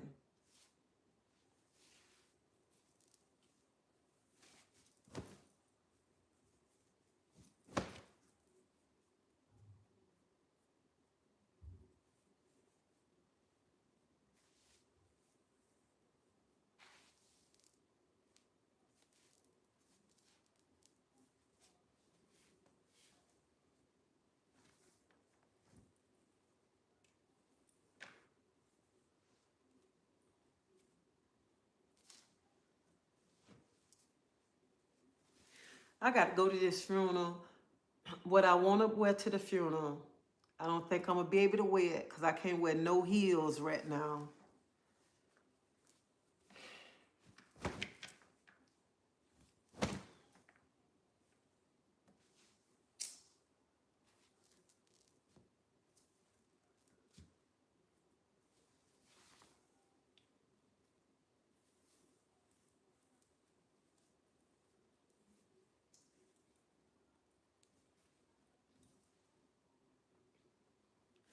I be wondering, I wonder what happened to the ice cream men. The ice cream people that used to be coming in the riding in the projects in the ice cream trucks. I don't even be seeing that no more.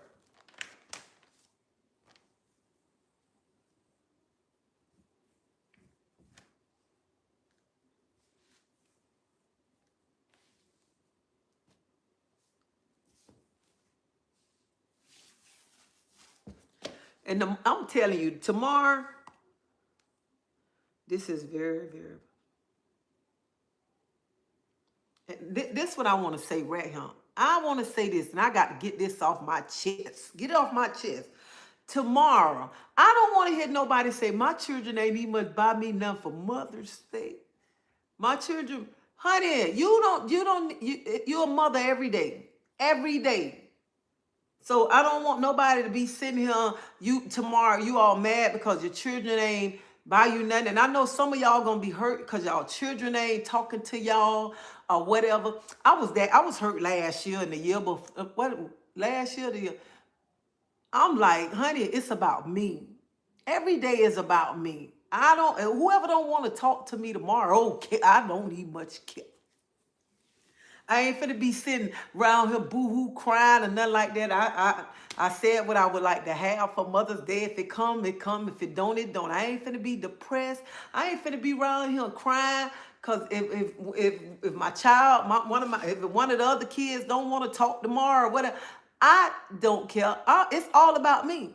So I just want to tell you mothers right now, if one of your children or some of your children ain't talking to you, whatever, I ain't coming around you, I ain't calling you tomorrow, do not be around there beating yourself up, walking around depressed, okay? Honey, you better live your life, live it to the fullest. Live it to the fullest. That day there, oh well. Live your life to the fullest, make it all about you. Stop being around here being depressed. Stop being depressed around here when your kids don't want to talk. Sometimes you have to be separated for a reason. God to separate y'all for a reason. It'll just be for a moment. Because sometimes you be separated because you need to work on yourself. They need to work on themselves or whatever. It's all about you tomorrow. And if you don't get a present from the kids, don't be around here sitting up there crying. Honey, you better be trying to build memories, okay? Because that present, after a while, that present going to get lost. That present going to get tore up. You're going to need to replace it. But you cannot lose that memory of the good times.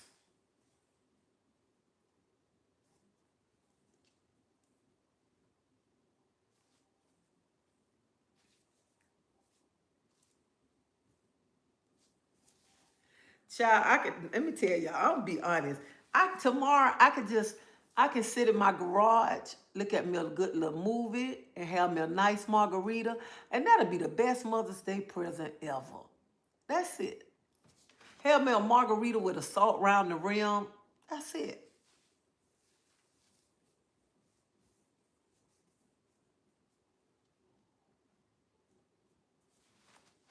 I'm just trying to enjoy every moment of my life right now. That's it. Enjoy every moment, protect my peace. That's it. I ain't thinking about no Mother's Day present.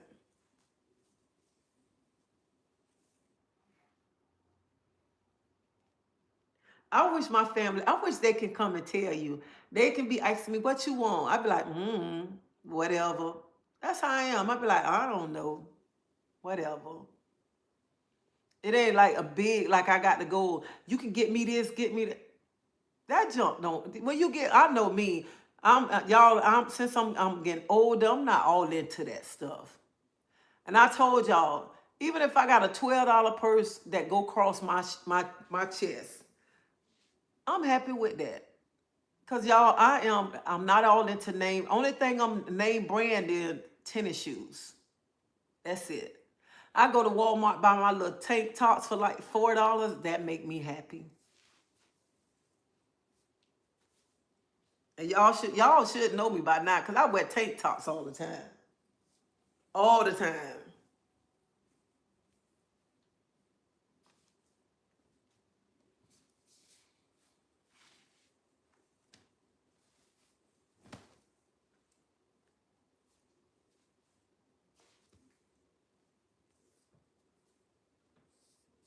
I know that's right. Life too short to be worried about that. Milkman and ice cream truck. Barbara, yeah, you don't even much. I remember the milkman and the ice cream truck. You don't see none of that no more. They start to get fine, but during the summer, the ice cream truck come through. Yeah, we used to have the polo truck come through Riverview Terrace, and the polo truck, his name was Sam. And you know what I liked about him? He knew the people kids. Just say during the week when the parents at work, he get the kids polo cups, and you just pay him at the end of the week, or we get him money, and it lasts for the whole week for the children to get the polo cups.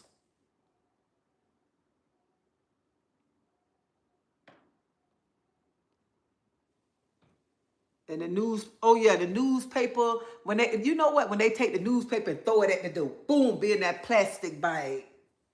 They don't do none of that no more. Times have changed so much.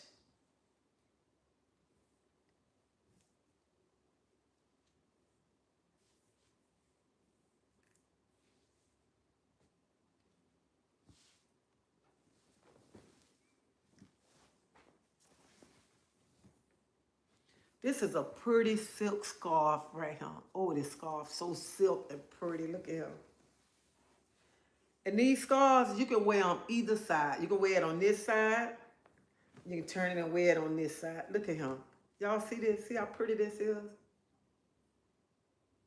Then look at this side.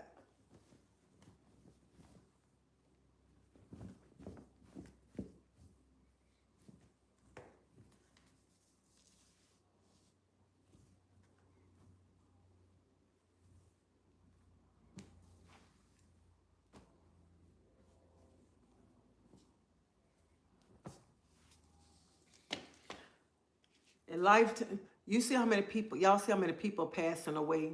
Like even yesterday, when we was at the funeral home, and I went live and I was showing y'all everybody, and I was like, hey, life is so precious. We have to enjoy every moment in life, because you never know when is your time, when you're gonna leave him. In New York, we still have ice cream trucks, and I still act like a kid when they come. I'm going to get me some ice cream. We got our ice cream place, the best ice cream place here is called Bowls Ice Cream. That's been there since I've been a little girl, in the same spot.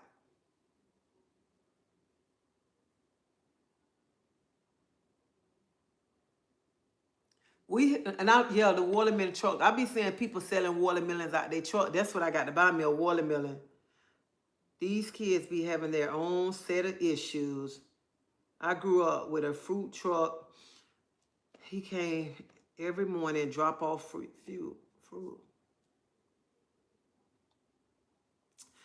It's me, Kill. I don't know what I'm doing tomorrow. You know what? Only thing I really want to do, I can sit and make me a margarita and look at me a movie. That's it.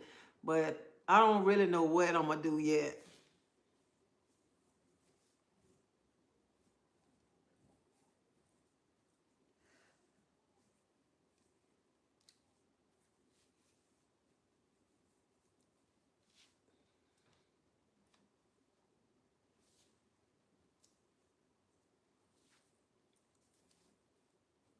So for those that just coming on here, this from my wedding.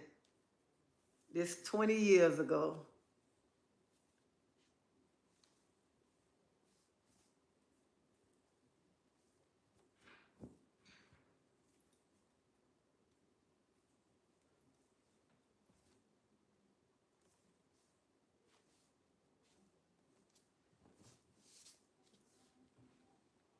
Dang, I thought I was about finished. And this was my first wrap right here. I bought this in '07. My first one.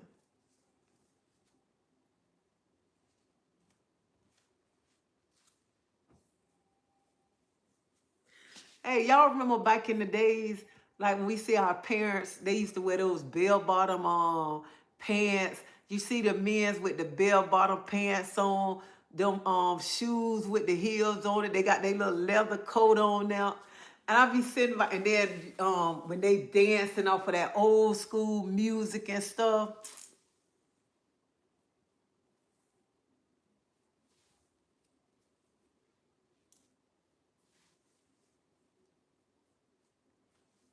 Boy, you couldn't tell them brothers nothing back then.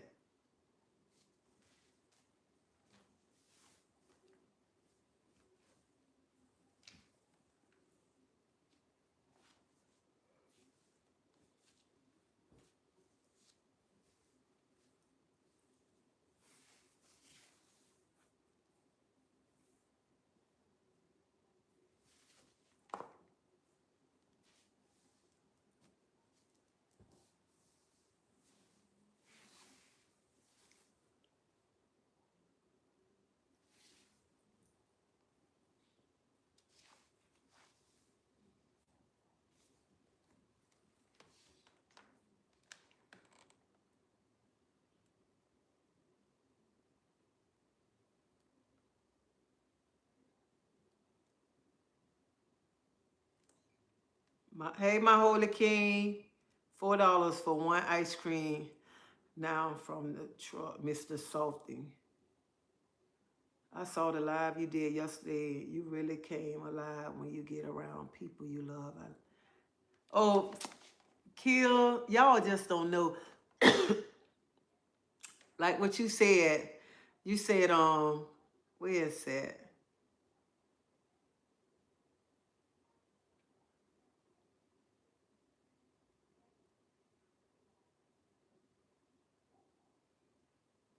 She said, Miss Treacy, I saw the live you did yesterday. You really come alive when you get around people you love. So anytime I get around review tears, anytime I get around people from review tears, I get excited. I get so excited because that's my family.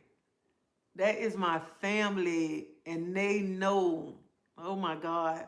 Like today, I know when I go around them today, it's gonna be like,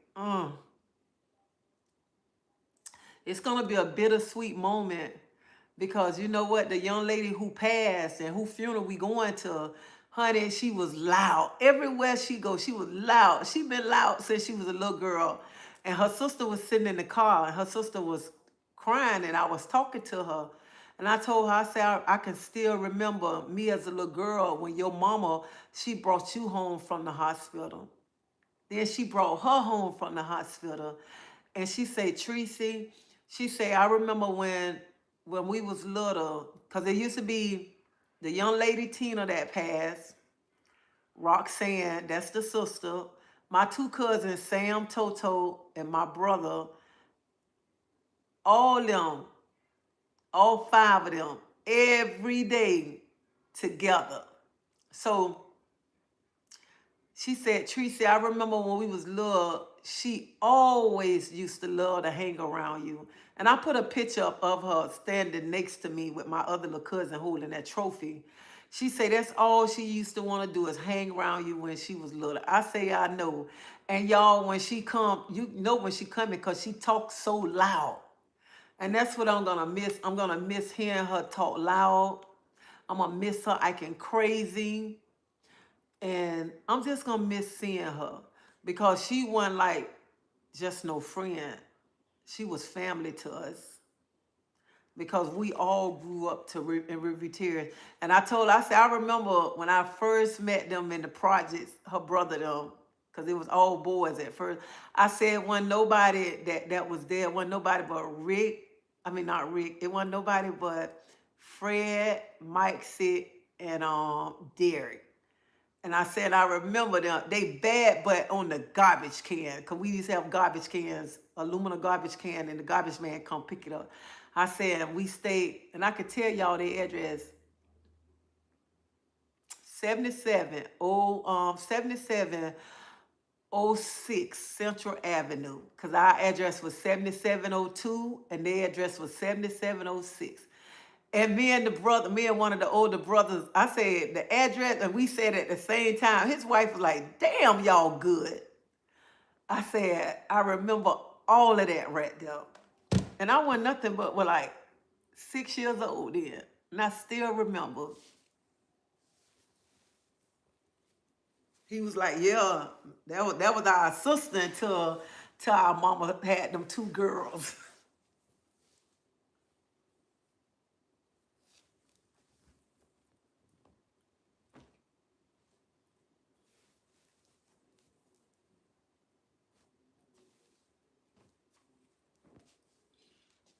Whew, I finally finished. Let me get my tops.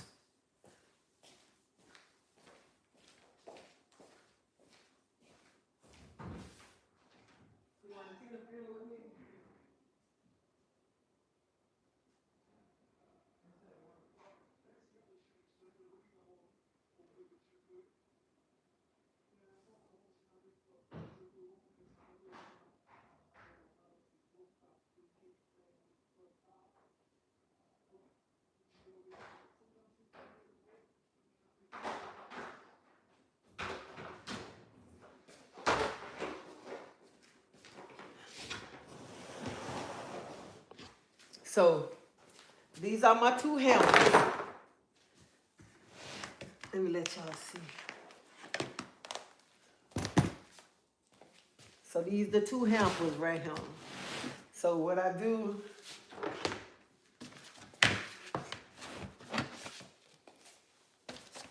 I have to sit on it for it to go down.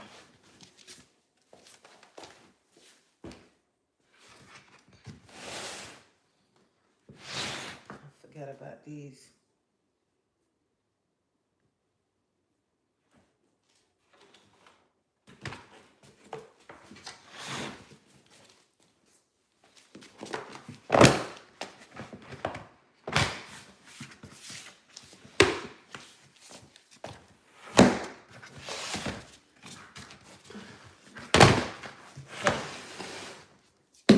This is what my wraps. I put them in this right here.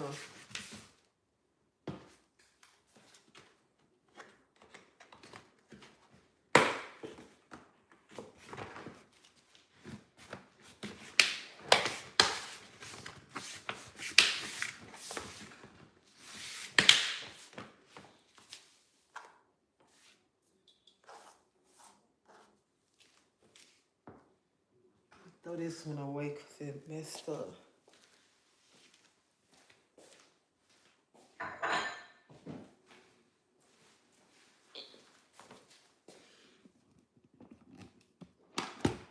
So this is how I have to do it right here to keep them.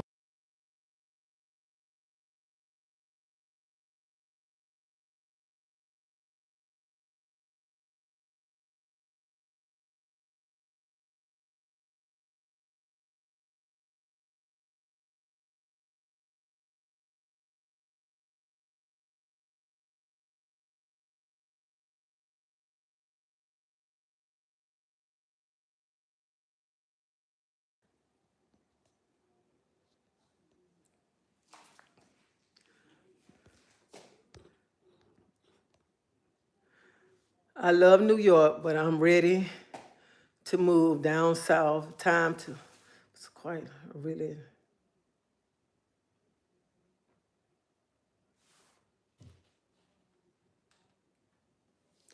Honey, it seems like it's a lot of money living here in Tampa now.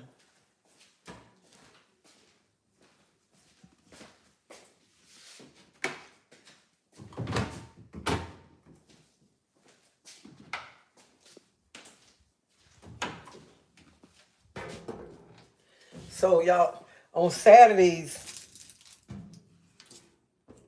come around. I try to get my laundry done. I try to do everything on Saturdays.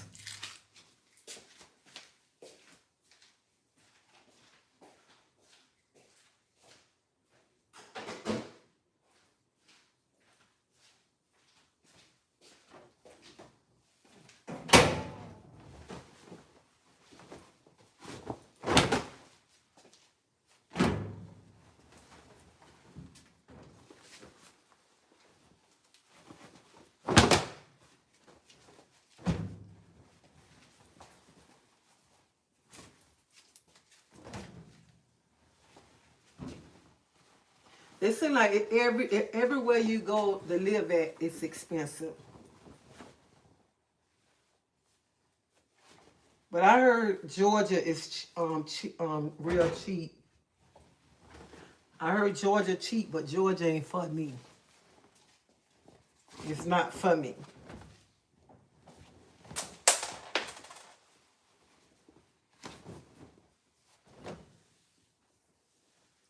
I don't think I could do that.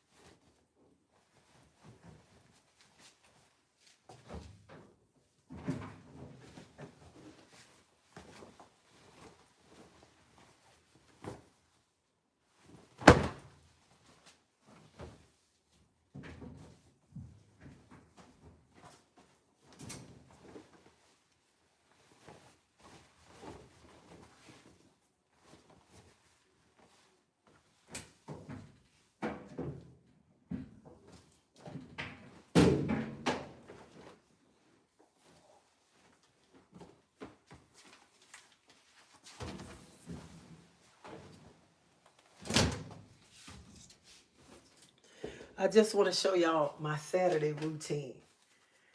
Cause some people, sometimes you need to have a routine. You need to have a day where you gonna wash clothes or how you gonna clean. Just have a routine.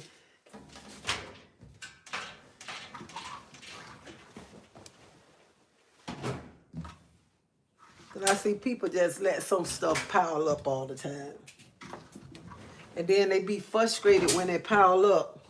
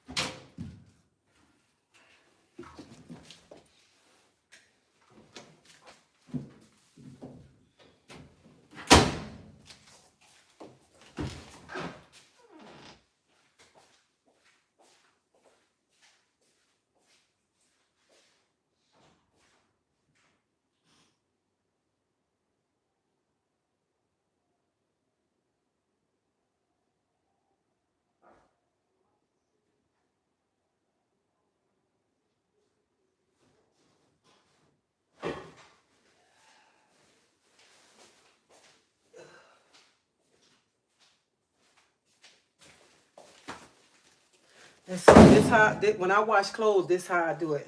I have a basket for nothing but uniforms. In that basket, the only thing going in that basket is work uniform. Then I have two more baskets. I have a basket for, he got a basket for his clothes, and then I have a basket for my clothes.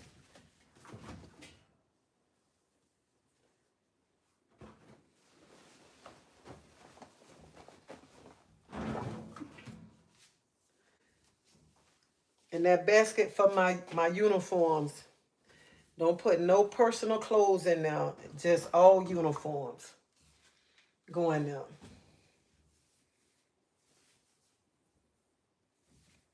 Then my basket for my other two baskets is his personal clothes, my personal clothes. The other basket.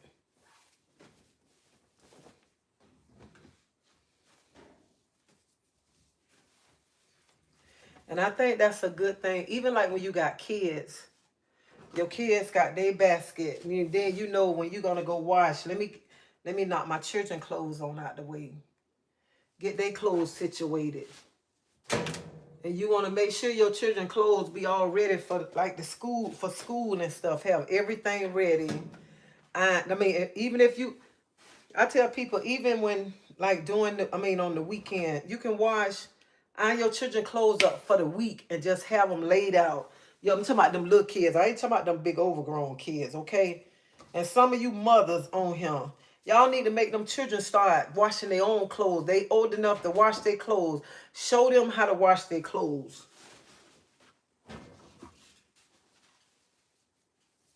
Because some of y'all be talking about, my children ain't got to clean up. The devil is a lie. You better teach them how to clean up.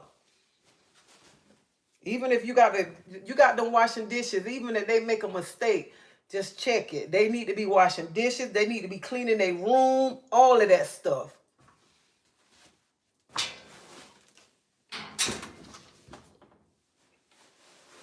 Some women be to my children ain't got to clean up. Then after a while, you be all mad because you got to clean up behind them. No, that's your fault because you ain't teach them how to clean up. Show them children how to clean up. If they old enough to wash clothes, teach them how to wash clothes. Show them how to wash them clothes.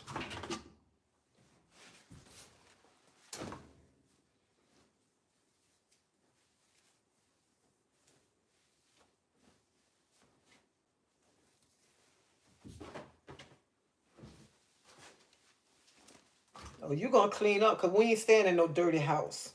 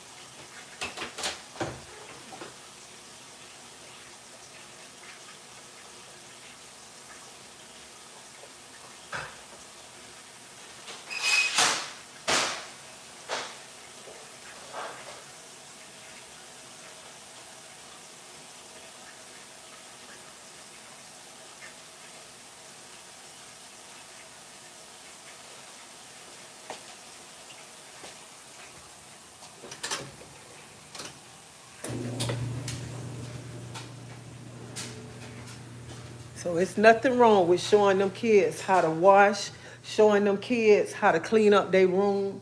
None of that. I'm saying that to the parents, but half of these parents don't even much like to clean up themselves.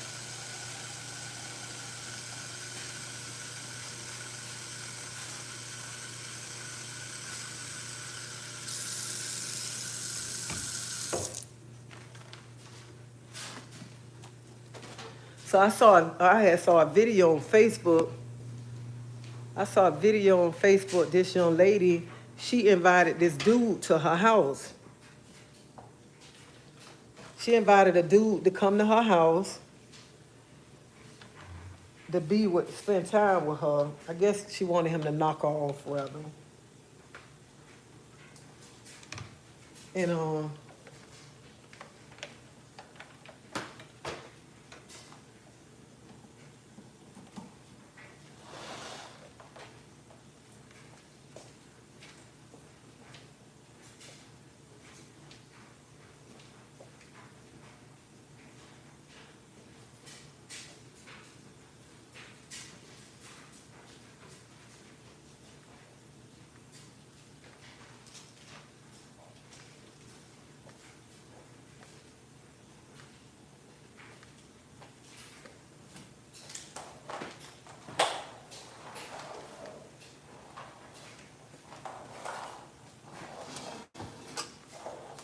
Y'all excuse me.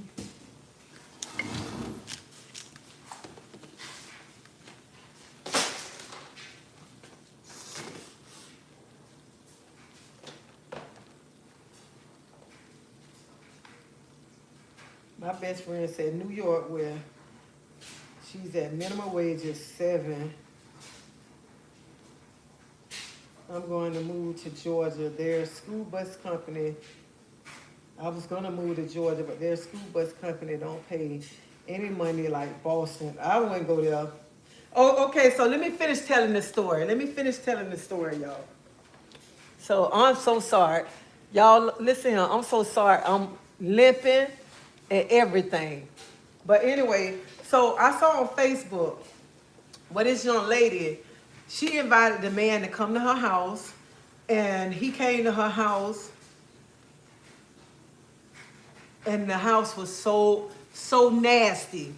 She didn't have the sheet on the bed. The sheet was like filthy. Okay, it was, honey, that sheet was that mattress was so nasty. So nasty.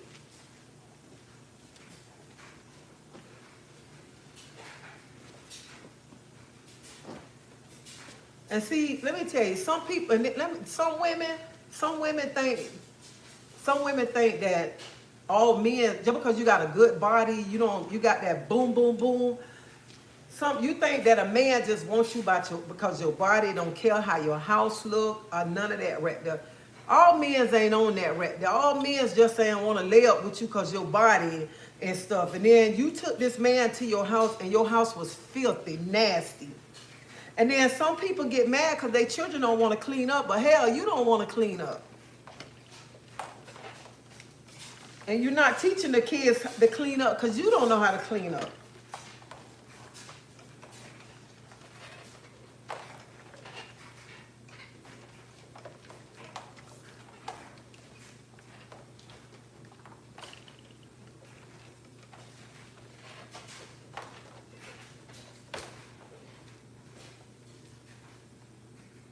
It don't take nothing but a few minutes to wash dishes. It don't take long to clean up if you stay on top of your stuff.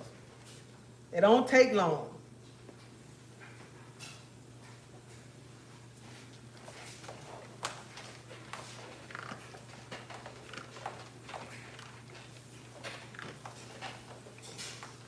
And I ain't trying to say that I'm just this clean person. I just don't like filth, okay? I don't like filth.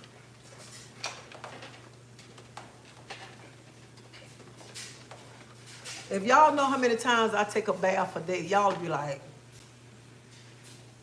I can get up and take a bath. Take a bath. I can walk outside. Even if I just walk to go get my mail and my husband say, let's go somewhere, I'll be like, hold up, I got to take a bath. He be like, but you just took a shower. That's how I am. Treasie. So it don't take a minute. It don't take long to clean up. It don't.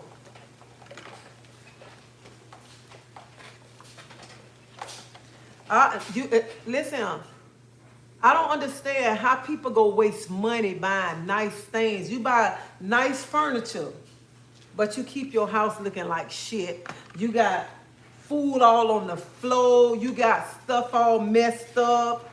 You letting the children tear your house down. And then as soon as income tax time comes, you going to buy the same furniture again. You going to buy a new TV again. Man, get on them kids. Teach them kids. And before, I'm finna put this out here right now before somebody come, because I know one of you little things gonna come in here and say, oh, she talking to her daughter. I'm talking to all y'all lazy women out there, okay?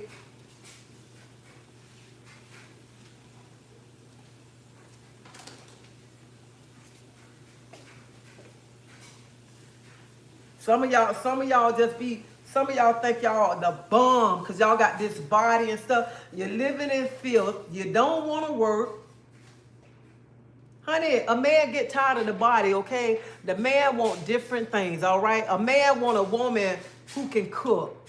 She can clean. She got her own job, make her own money. She ain't too busy sitting around him like I got to depend on him. Honey, y'all stop the oh.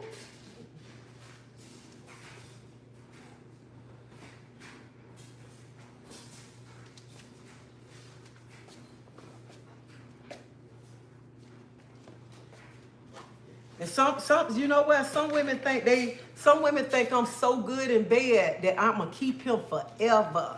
I ain't got to clean. I ain't got to cook. Honey, just like your stuff good, if somebody else's stuff might be better. And she coming with a package deal. And sometimes when the man leave the woman, she be like, why he left me for her? Look how she look. Honey, you ain't got to have the bomb body to keep a man. Look at my body. I got this big old, this pudge right here. This little flat. Look at it. I ain't got two. It ain't like boom, boom. It ain't like boom, boom. It's kind of like boom, but that don't keep a man.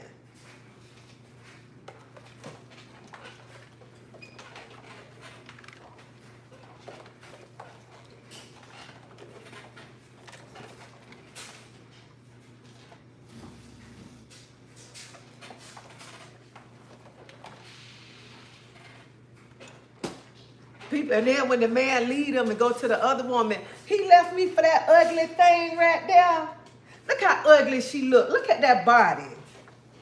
He left her because it was something about, he left you for her because it was something about her. It wasn't about her body. It ain't what she can do in bed. He left her because he know he got a woman that gonna be there for him, okay? A woman who she can get in there and cook. She ain't dependent on him.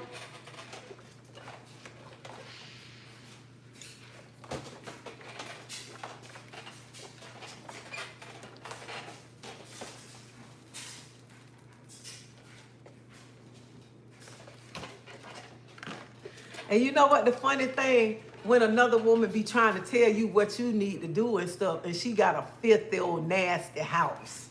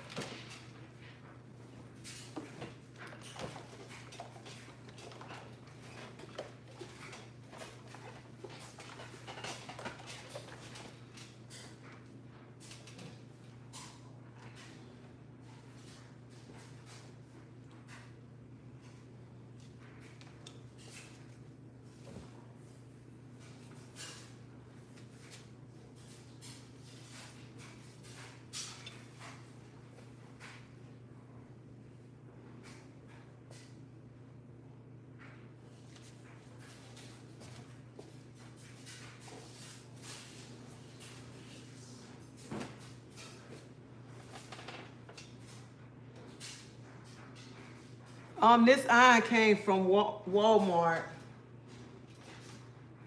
It's a Hamilton Beach iron.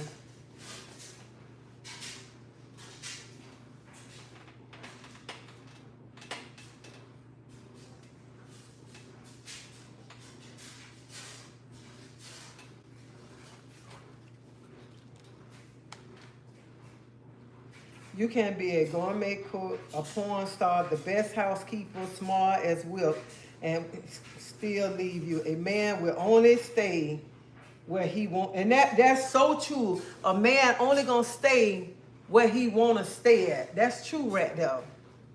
And that's why I be saying some women be thinking that, oh, they man ain't gonna go nowhere because they got this body, they got this. A man, wherever a man felt, when he feel like leaving, he gonna leave. You know what I'm saying? He gonna do what he wanna do.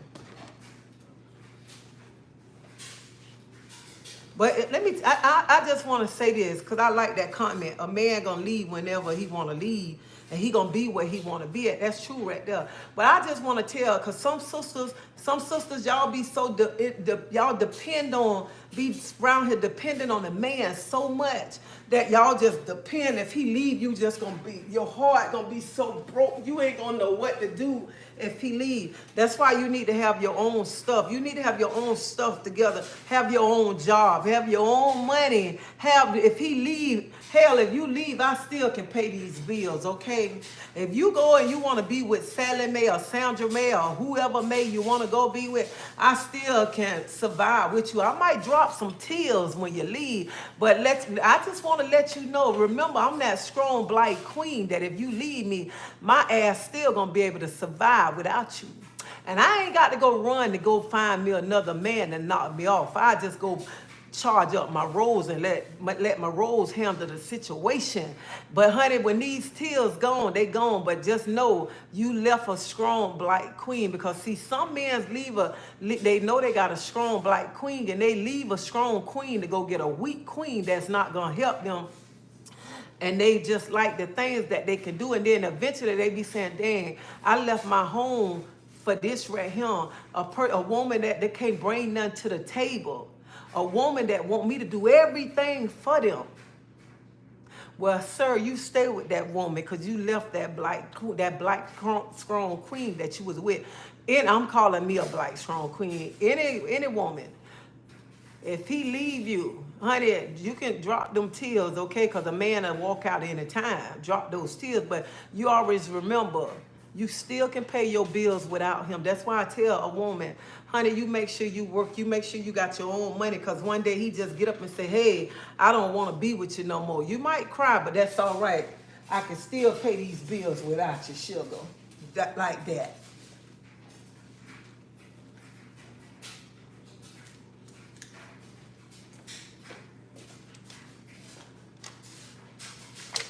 And you know what the funny part is? What the funny part is, some of y'all be sitting crying when that man don't left y'all. Some of you sit and cry when that man left y'all, and the man wasn't doing shit anyway. Wasn't paying no bills, wasn't doing nothing but giving you a little bit of meat and a little bit of head, making you feel good, and you crying because he left you for the girl down the road or out your bike door across town. Honey, you supposed to be out celebrating because that sucker left you for her, because he wasn't doing shit for you in the beginning.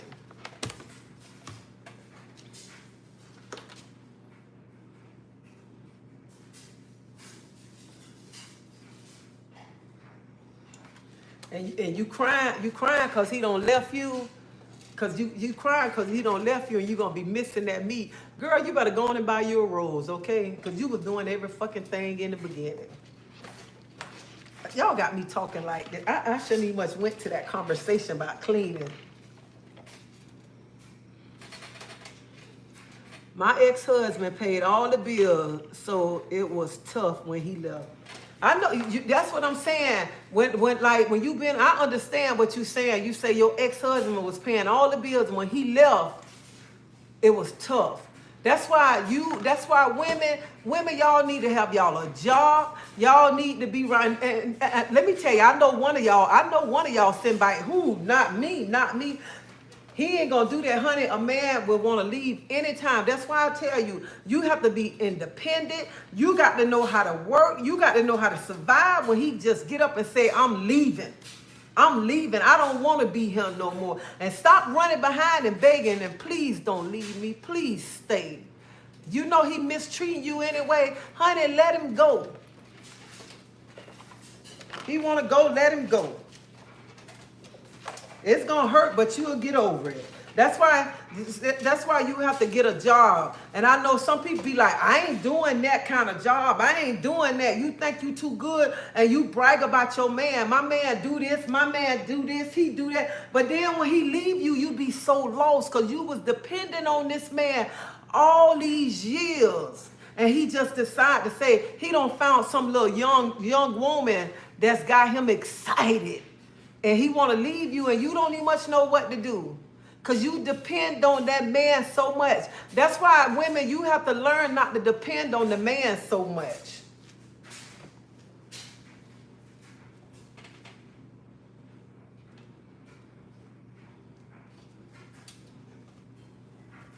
Like I tell y'all, I don't care how nobody say, oh, she worked like a man and this and that. Honey, I told y'all I would wipe shit off the floor to pay my bills, because if just say for instance anything happened, I wind up being separated. I still know how I am a go-getter.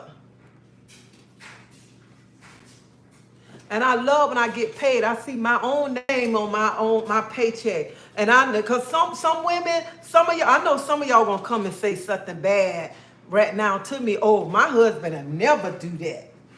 My husband, this and that. I've been with my husband all these years. Y'all ain't been happy all them years, okay? Because you don't have some bumps in the road that you ain't gonna admit that you don't have bumps in the road. Y'all, some of y'all don't have so many big bumps. Y'all at the top of that bump and don't know if y'all gonna come down together or y'all gonna go separate ways. That's why as a woman, you shouldn't be around here just sitting dependent on a man. And some of y'all sit and depend because of the things how he making you feel. And then it blow me when some women, when y'all be around him crying and the man just up and leave you and he wasn't doing. One lady told me he worked and don't give her nothing. He don't give her nothing towards the bills. He keep all his money. I asked her, I said, what's wrong with you? You can be by yourself. If I'm finna be with a man and I got to struggle, I'm gonna struggle by myself. I ain't finna struggle with a man on my side. I don't give a care who you is. I don't care how good you making my garage feel, how you telling me sweet nothings. If I got to struggle and I'm struggling with you on my side, and then I got to carry your weight too, honey, I'm finna struggle by myself. I ain't struggling with no man. Ain't that much love in the world.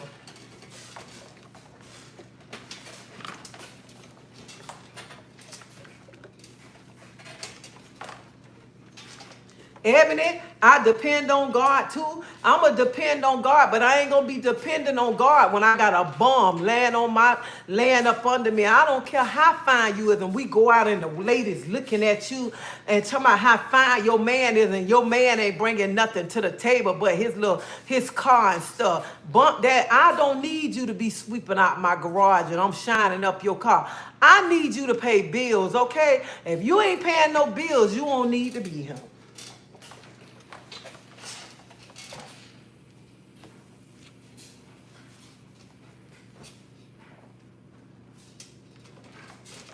So you women that got that bum laying on the sofa who ain't doing nothing, and y'all got kids together, and he don't even much help you with the kids. He just laying around, you around him busting your butt, then he expect you to come home to cook for him, clean up behind him, and he ain't doing nothing. Girl, you better wake up. We're in 25. We're in 25.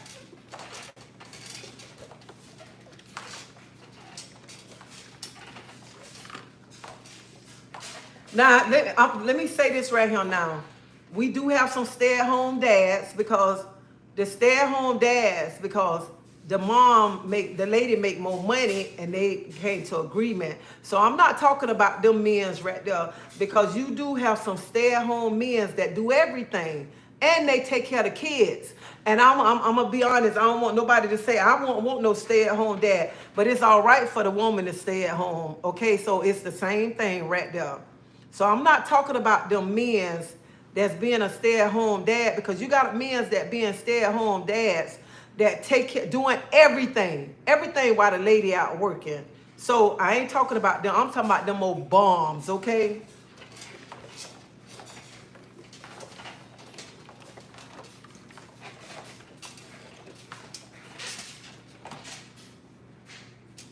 I'm talking about the ones that, and then some of y'all still letting the man drop y'all off at work in your car while he going to hang out with his friends, while they going to play video games.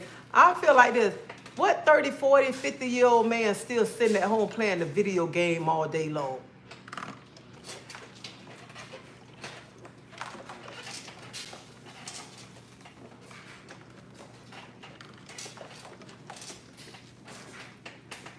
He shouldn't eat. Wait. He shouldn't eat if he waiting for me to cook. I know that's right. And a woman, you know when you got a bomb, you know within the first few months. Especially when they talking about they looking for a job. It took you a year to find a job and you ain't got it yet. Then you get the job, you only last on the job for a week. You got mad with the boss because the boss told you to do something.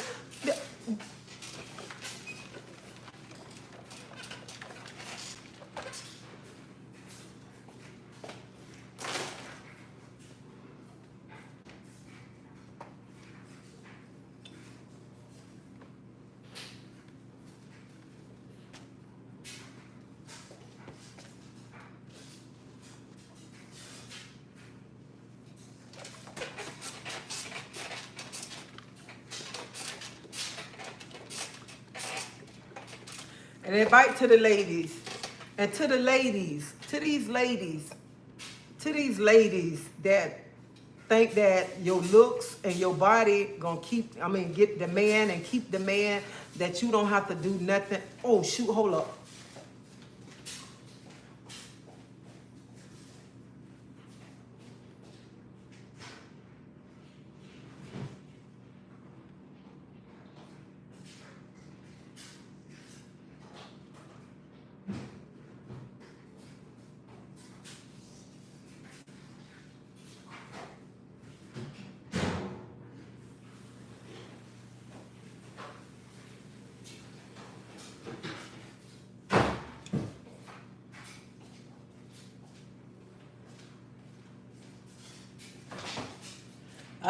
I forgot to put my laundry detergent in my clothes.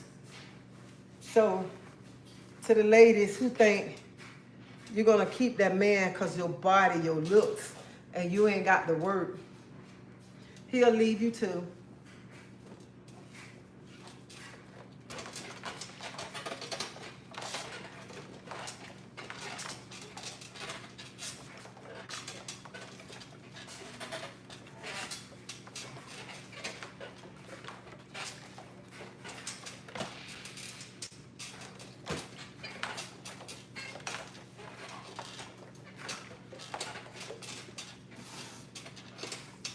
For a man to sit around, do nothing, and okay with a woman taking care of them is a bomb.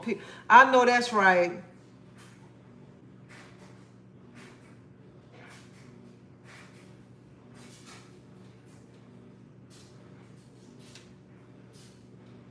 Hey, Vanessa. Thank you, Lisa. My grandfather showed me what a real man looked like based on how he treated my grandmother. I just feel like this. A woman should want to be treated as a queen. I don't think you should want to be treated no lesser. I don't feel that a woman should be in a relationship where a man, he calling you all kinds of names, mistreating you. I just feel a woman should supposed to be treated with respect.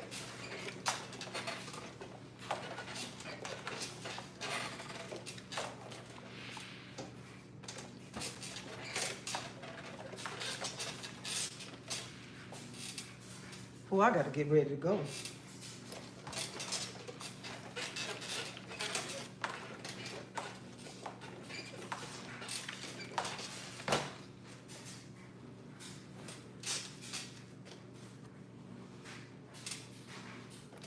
And I know, like, if you got a good man, you treat that man good.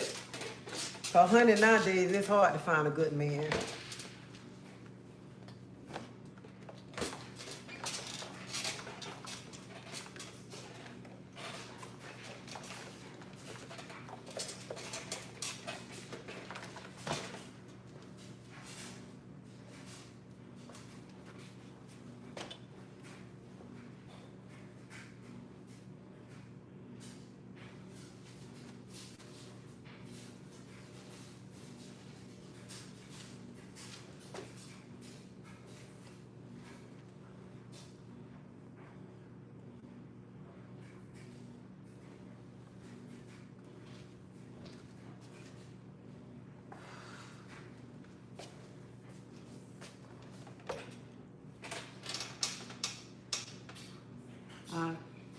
I leave quick if my dad and stepdad was men that come to me.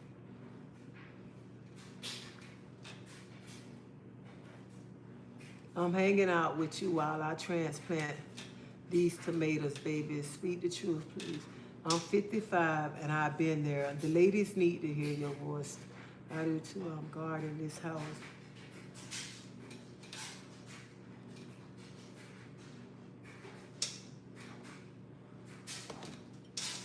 I'm not looking. I love my peace and quiet. Don't need anyone to get on my nerves.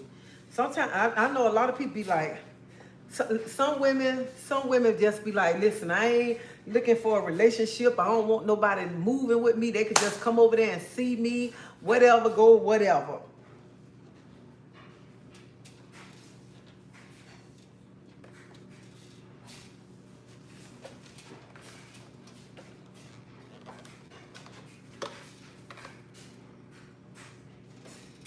I think sometimes in a relationship, people know the person ain't bringing nothing to the table. I think sometimes they just like to hear the man just don't want to be alone.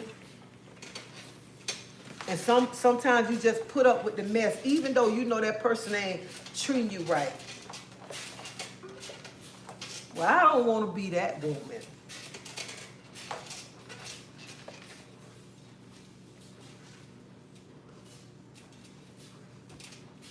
What they say, be a sucker for love.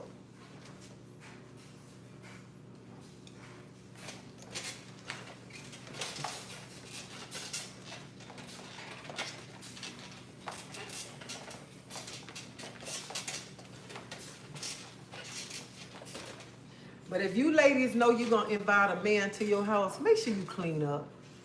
Make sure you clean up your house. You don't want nobody coming to your house. You got to be kicking stuff around. And you want this person to lay up with you.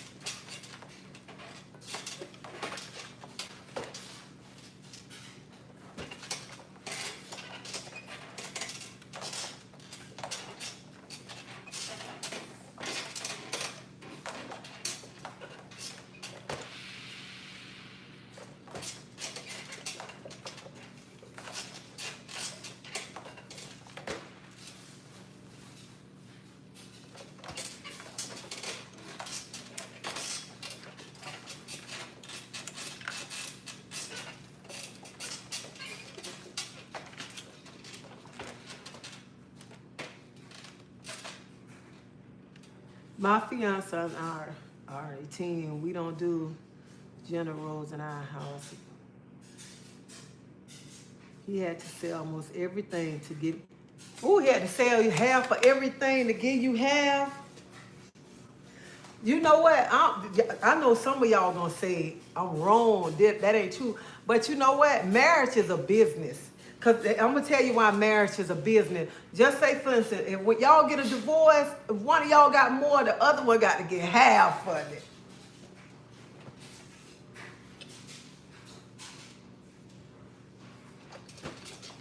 Sometimes people get married and the man might have more than the woman. They get a divorce, she going to get half of his stuff. And she ain't bring nothing to the table. And then that's the same way. If a man divorces a woman, and the woman got everything. She got to get her that. She knew he was a bum when she married him. He got to get her half. She got to get him half of her stuff.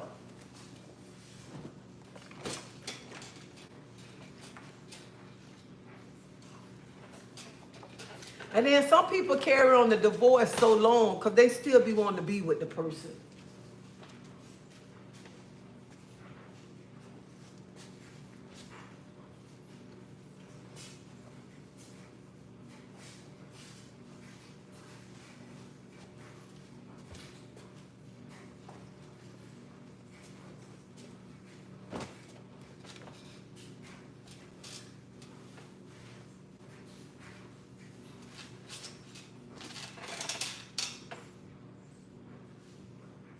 I'm 42 and disease free and want to stay that way. These females and men's like to catch disease nowadays. You know what? Nowadays, just like you said, you don't know. Some days you don't know who your people sleeping with. You don't. If you around here and you messing with other people, you don't know who that person sleeping with, what that person doing. No, nothing.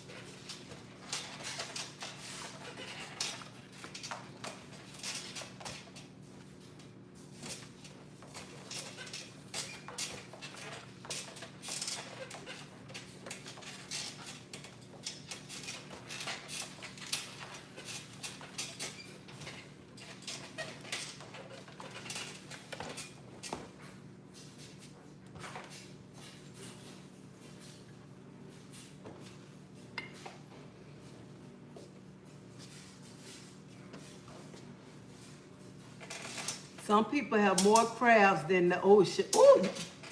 Mm. Some people have, I like your comment. Some people have more crabs than the ocean.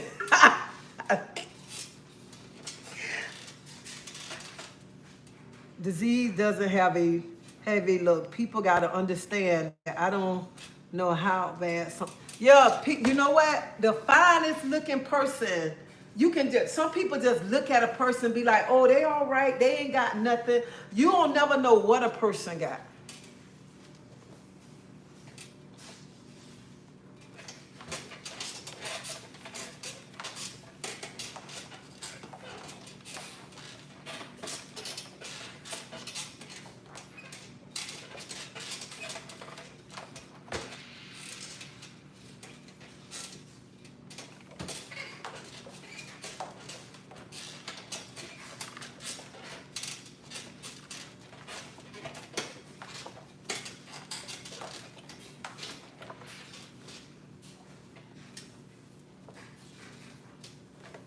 And you know what I don't like too? When when people sick, other people sit back and laugh at them.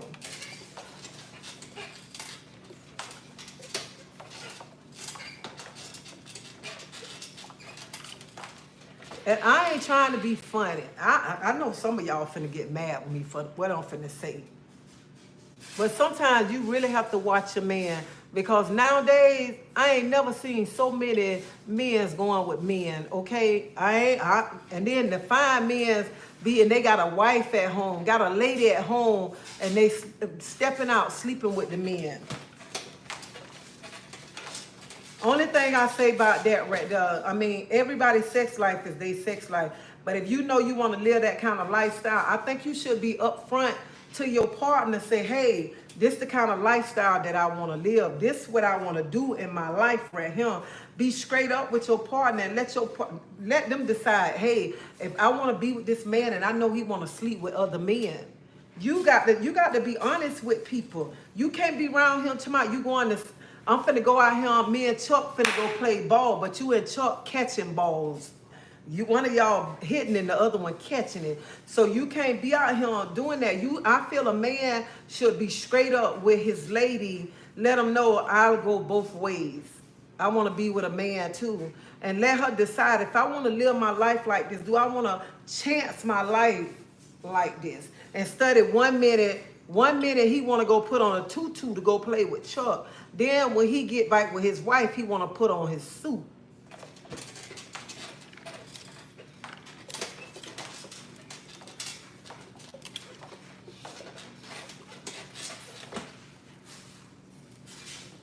And I feel like this, any lady that accept that it's all right for your man to go lay up with another woman, that woman have low self-esteem to put up with that. And she just don't know her worth to put up with. It's all right for my man to go. And you laying in bed crying and he over there with Chuck and you crying. Girl, you better get up and leave him with Chuck and go find you somebody else. Ain't that much love in the world that I'm going to be here, I'm at home, and you going to lay up with another man, please. You can go and stay with that man.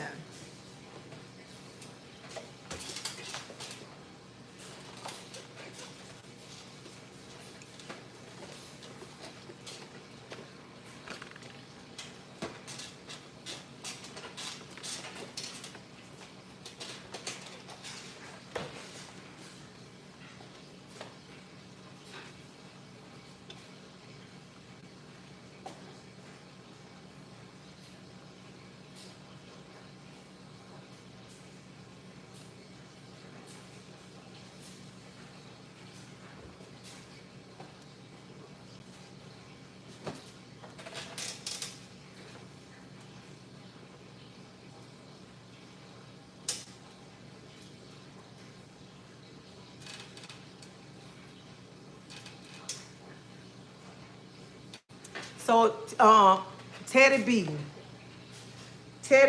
I like what you said. Peach said you like women too.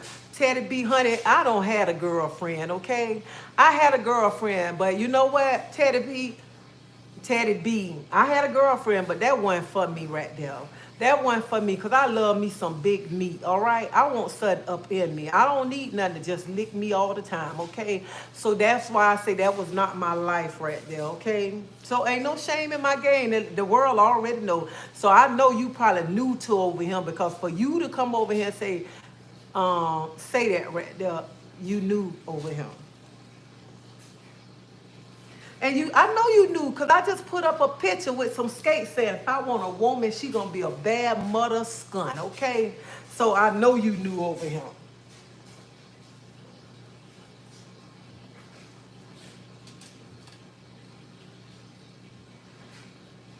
And to each his own in their sex life, but that wasn't for me, okay?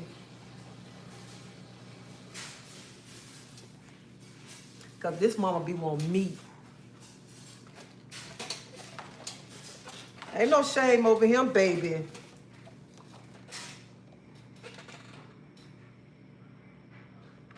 My holy king, I think so.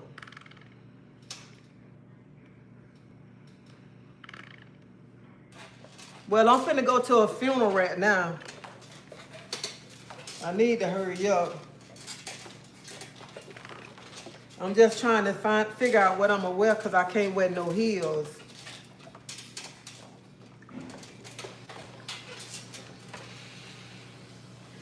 I be wondering, I be saying, why people come over here and ask the same old question? I don't talk about my life so much. I don't talk, everybody around the world already know that I don't have a girlfriend. Everybody around the world. And some people come over here and say, well, I heard whatever. You ain't got to hit nothing. I'm telling you.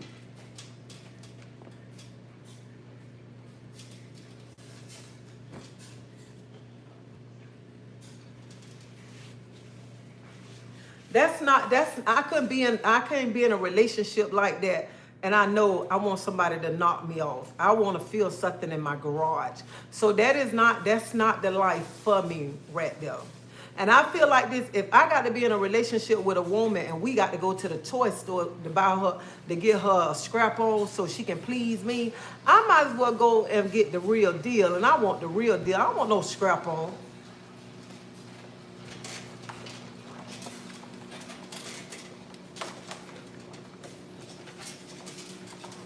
So don't come over here with that mess.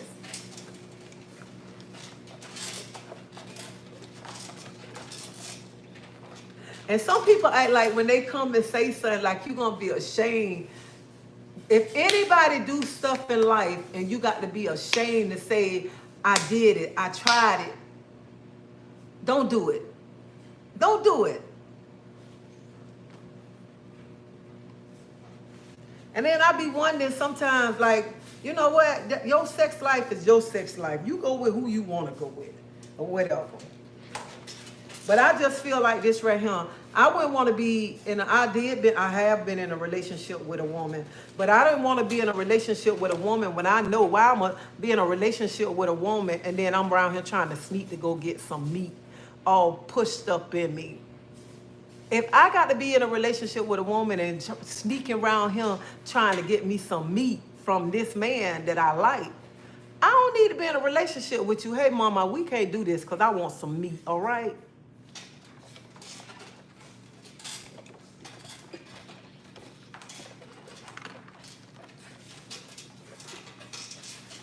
And the other thing, women, stop around him. You say, oh, I'm finna give him his fantasy. He want 2 women. Stop giving him that giving him that fantasy. And then when he leave you for that person you gave him that fantasy with. No, that's something that he already want to go be with her anyway. He just brought it on in, so wanted you to bring her on in. And then you find out that he really like her.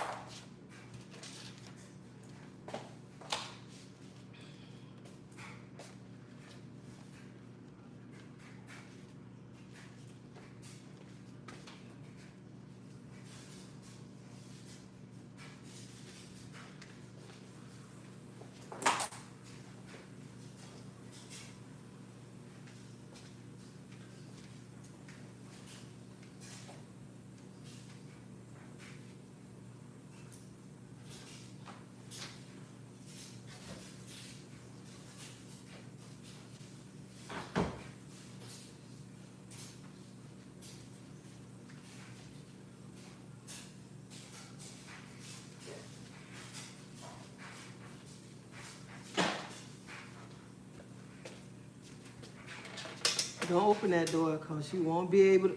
Sure don't. Don't open that door because he gonna be wanting it all the time. Gonna be, because some of y'all be saying, yeah, I'm gonna give him his fantasy. He gonna be so happy, this and that. Then he gonna be wanting it all the time. He gonna be wanting it without you and everything. And if you love your man, you his fantasy. You all he need right there. Honey, you do some excitement. You ain't got to go bring nobody in to make no excitement. You his everything. You the everything, okay? And then it'd be so funny. Some women invite the woman in now, and then you be getting, and then doing all the time when y'all doing y'all little fun, you be getting mad because he getting all excited in her. He pounding, doing all this, making it exciting, and you be getting mad, but you the one invited her in there. You got to make up your mind. Make up your mind.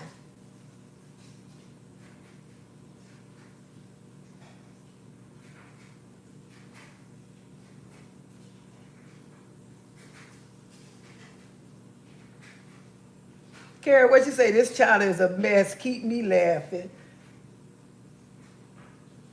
So don't be around here to myself. Oh, honey, I'm gonna give you your dream. I'm gonna bring such and such. And you be mad the whole time. Child, please, ain't no dreams around here. Ain't no fantasy. You better fantasize all this right here and get all this and get all up in there. You better dream she in him. Okay, you better dream that. That's what you better do. Because we ain't doing the fantasies around him. He's putting it down on the other woman because what you say? Oh, Marilyn, you so right. And then you be up there while he putting it down. You be up there so mad, laying there, cause he just putting it, and you all mad. Girl, please, you brought that on yourself.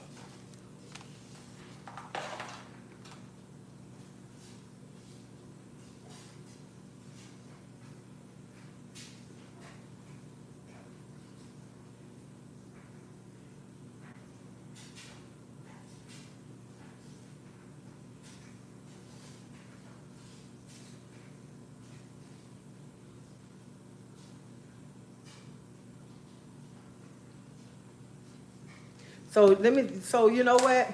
You ain't got to be around him trying to be somebody giving nobody no fantasy. You they fantasy. And a lot of you women, y'all living the other life, but y'all sneaking around here and getting a truck done, getting your garage tightened up, touched up and stuff. I think you doing that right there, that's causing problems. That's causing problems. Just be honest with that female and let that female know this ain't the lifestyle that I want. I don't mind me and you playing sometimes, but I love being, you know what I'm saying. And then to the ladies, you going with these men, these down low brothers out here.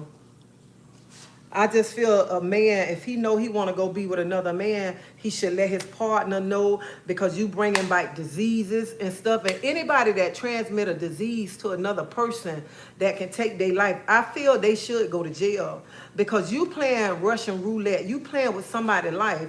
And it just kills me when a man be with another man, and that's what he really want to do, and he just using that woman to throw off everybody. And like the young lady that was on Facebook, when the young lady was on Facebook and she crying to the man. She crying to the man, telling the man how much she loved him. She crying, telling him how much she loved him, how much she want to be with him. She don't want to leave him. And he telling her right there, well, you know I was messing with him in the beginning. You knew that. You still want to marry me. Baby, know your worth. Honey, I wouldn't be around here tomorrow. I'm finna marry a man and running behind him crying. And he want to be with this man. And you sitting home wondering where he coming at and he hanging out with this man, leaving you there. Baby, know your worth. Know your worth. You shouldn't have to put up with that right there. You shouldn't even much have to put up with all that. Sharing your man with another. I can see if you're competing with a woman, but you competing a man for your man. Girl, you better let him stay with that man, okay? Ain't no way I'd be around him running crying, competing another man for my man. And let me tell you something. I'm going to be honest. I want y'all to, I got to get ready to go to this funeral. But before I go, I want y'all to answer. They say a woman have 4 holes. 4 holes. 4 holes. So can y'all, somebody tell me where the 4th hole at? That's what I want to know. And then, one thing about, it's a one-on-one when you live. And you know what? With a man, one thing about a woman, why you gonna compete with a man for your man? Leave that man and go find your own man. Because one thing about a woman, you know, you can turn both his heads. You just got to know how to use it. That's it. You got to know how to use it. And you know, some of y'all already know, some of y'all men just ain't no good. He gonna still, I don't care how much you do at home, he's still gonna creep out the door and stuff. But it's up to, I mean, you know what? If you like it, I love it. I love it. And I never talk bad on nobody's relationship, but I just feel people need to know their worth. And a man too, you need to know your worth too.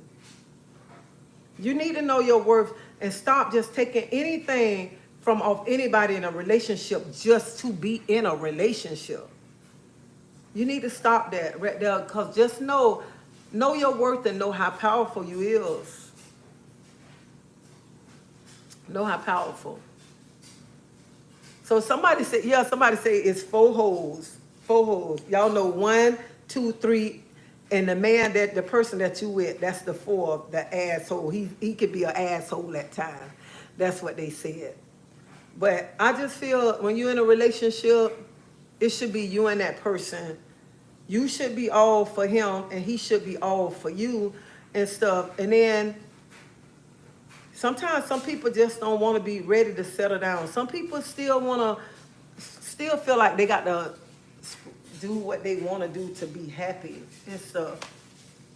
But I just feel that don't invite nobody into your relationship because you're going to regret it. You're going to regret that you invited another person into your relationship. You really is going to regret it. Because sometimes when you be doing that, you can invite somebody in there. You can wind up getting jealous because you see how your man, I can with that person, get married for the... And that's true, my holy king. Some people get married for the wrong reason. Some people get married just to have that person's last name, just to say I'm married to you, just to think you can change this person, just think that it's a lot. You cannot change a person. A person have to be changed. You can't keep nobody. They have to be wanting to be kept. They have to be wanting to be there. Instead of saying, oh, I'm finna get married because I'm finna change this sucker. You already know he ain't nothing. You already know she a hoe. So how you going to change this hoe? This hoe ain't ready to change. And sometimes it's hard to take a hoe and make her into a housewife, okay? It's hard, but you can do it. Some of them will change. But some men, you can change them. Some men don't want to change. Some men want to keep on. You lose respect for that. And yeah, you do. And some people marry for money. That, you know what? People think money is everything, which we all need money. But when we leave him, we can't take money with us. Money makes some of us unhappy. Some people got all the money in the world and they still unhappy. Still unhappy. And some people, sometimes you go marry a person because they money. Some women go marry a person about their money and stuff. You get them headaches, you getting them butt whoopings, you getting that person telling you what you can do and what you can't do and stuff. And I'm like, all this for money? No, all that for money. Yeah, nobody want an Ike Turner. Nobody want nobody to be around here kicking their butt, okay? Because, honey, them butt whippings hurt. They hurt. You don't want nobody, you grown, and you got a grown person put their hands on you like you their child trying to chastise. They trying to chastise you, trying to tell you what to do and stuff. I had a crush on you. Oh, that was so nice of you. Traveling soul, amen. The story of my life. I just feel like everybody, that's for the man and the women, for the men and the women. Just know your worth. Don't be in a relationship and just settle for something that's not making you happy. You're going to settle for somebody who's going to make you happy, somebody making you smile. Not somebody that's got you around here crying all the time. Somebody around here that got you looking ugly all the time because you're too beautiful and too handsome to be around here sitting looking all ugly. And then when you got somebody, you in a relationship with somebody, they disrespecting you all the time and in your face. That lets you know how they really care about you. When a person disrespect you in your face, cheating right there in your face, talking noise to you right there in your face, and you trying to get them your all and stuff. That's not a good look right there. I'll do it. Well, CVJ, honey, I'm happily married, but thank you for the offer. A 20-year-old woman married a 75-year-old woman. You know what? I'm going to be honest with you on that right there. I look at it, when people in love, age ain't number the number. If you marry somebody for love, that's something different. I look at age when you grown. I ain't talking about the teens now. Like in your late 20s, 30s, or whatever. Age is two numbers. Because let me tell you, sometimes when you an older person, you want somebody to make you feel young again. You might want somebody to make you feel young, liven you up, liven you up. But y'all, I got to go. I got to get ready for this funeral. Listen, I pray that y'all have a blessed day. I pray that y'all enjoy y'all day to the fullest. Don't let nobody steal your peace, your joy, your happiness. The day is too beautiful to be around here upset with somebody. So enjoy you know what? Enjoy your life. Make it all about you.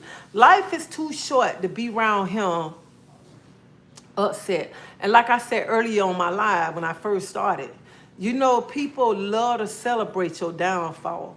People celebrate you when you down, but they don't like to celebrate you when you know your power, your worth, and you begin to stand strong. People don't like to celebrate you then. They rather celebrate you when you down. Remember that. The people celebrate you when you down. But when you get up, they don't want to celebrate you. When you get up and start knowing everything, your power, everything, you taking back everything, that's when they really want to talk bad about you instead of celebrating you then. But y'all have a blessed day. Y'all enjoy it because I got to get ready to go to this funeral and start at 1 o'clock. So thank y'all for hanging out with me this morning. And I love each and every one of y'all because without y'all, I wouldn't be where I'm at right now. So thank you from the bottom of my heart. I really do. Thank you. See y'all.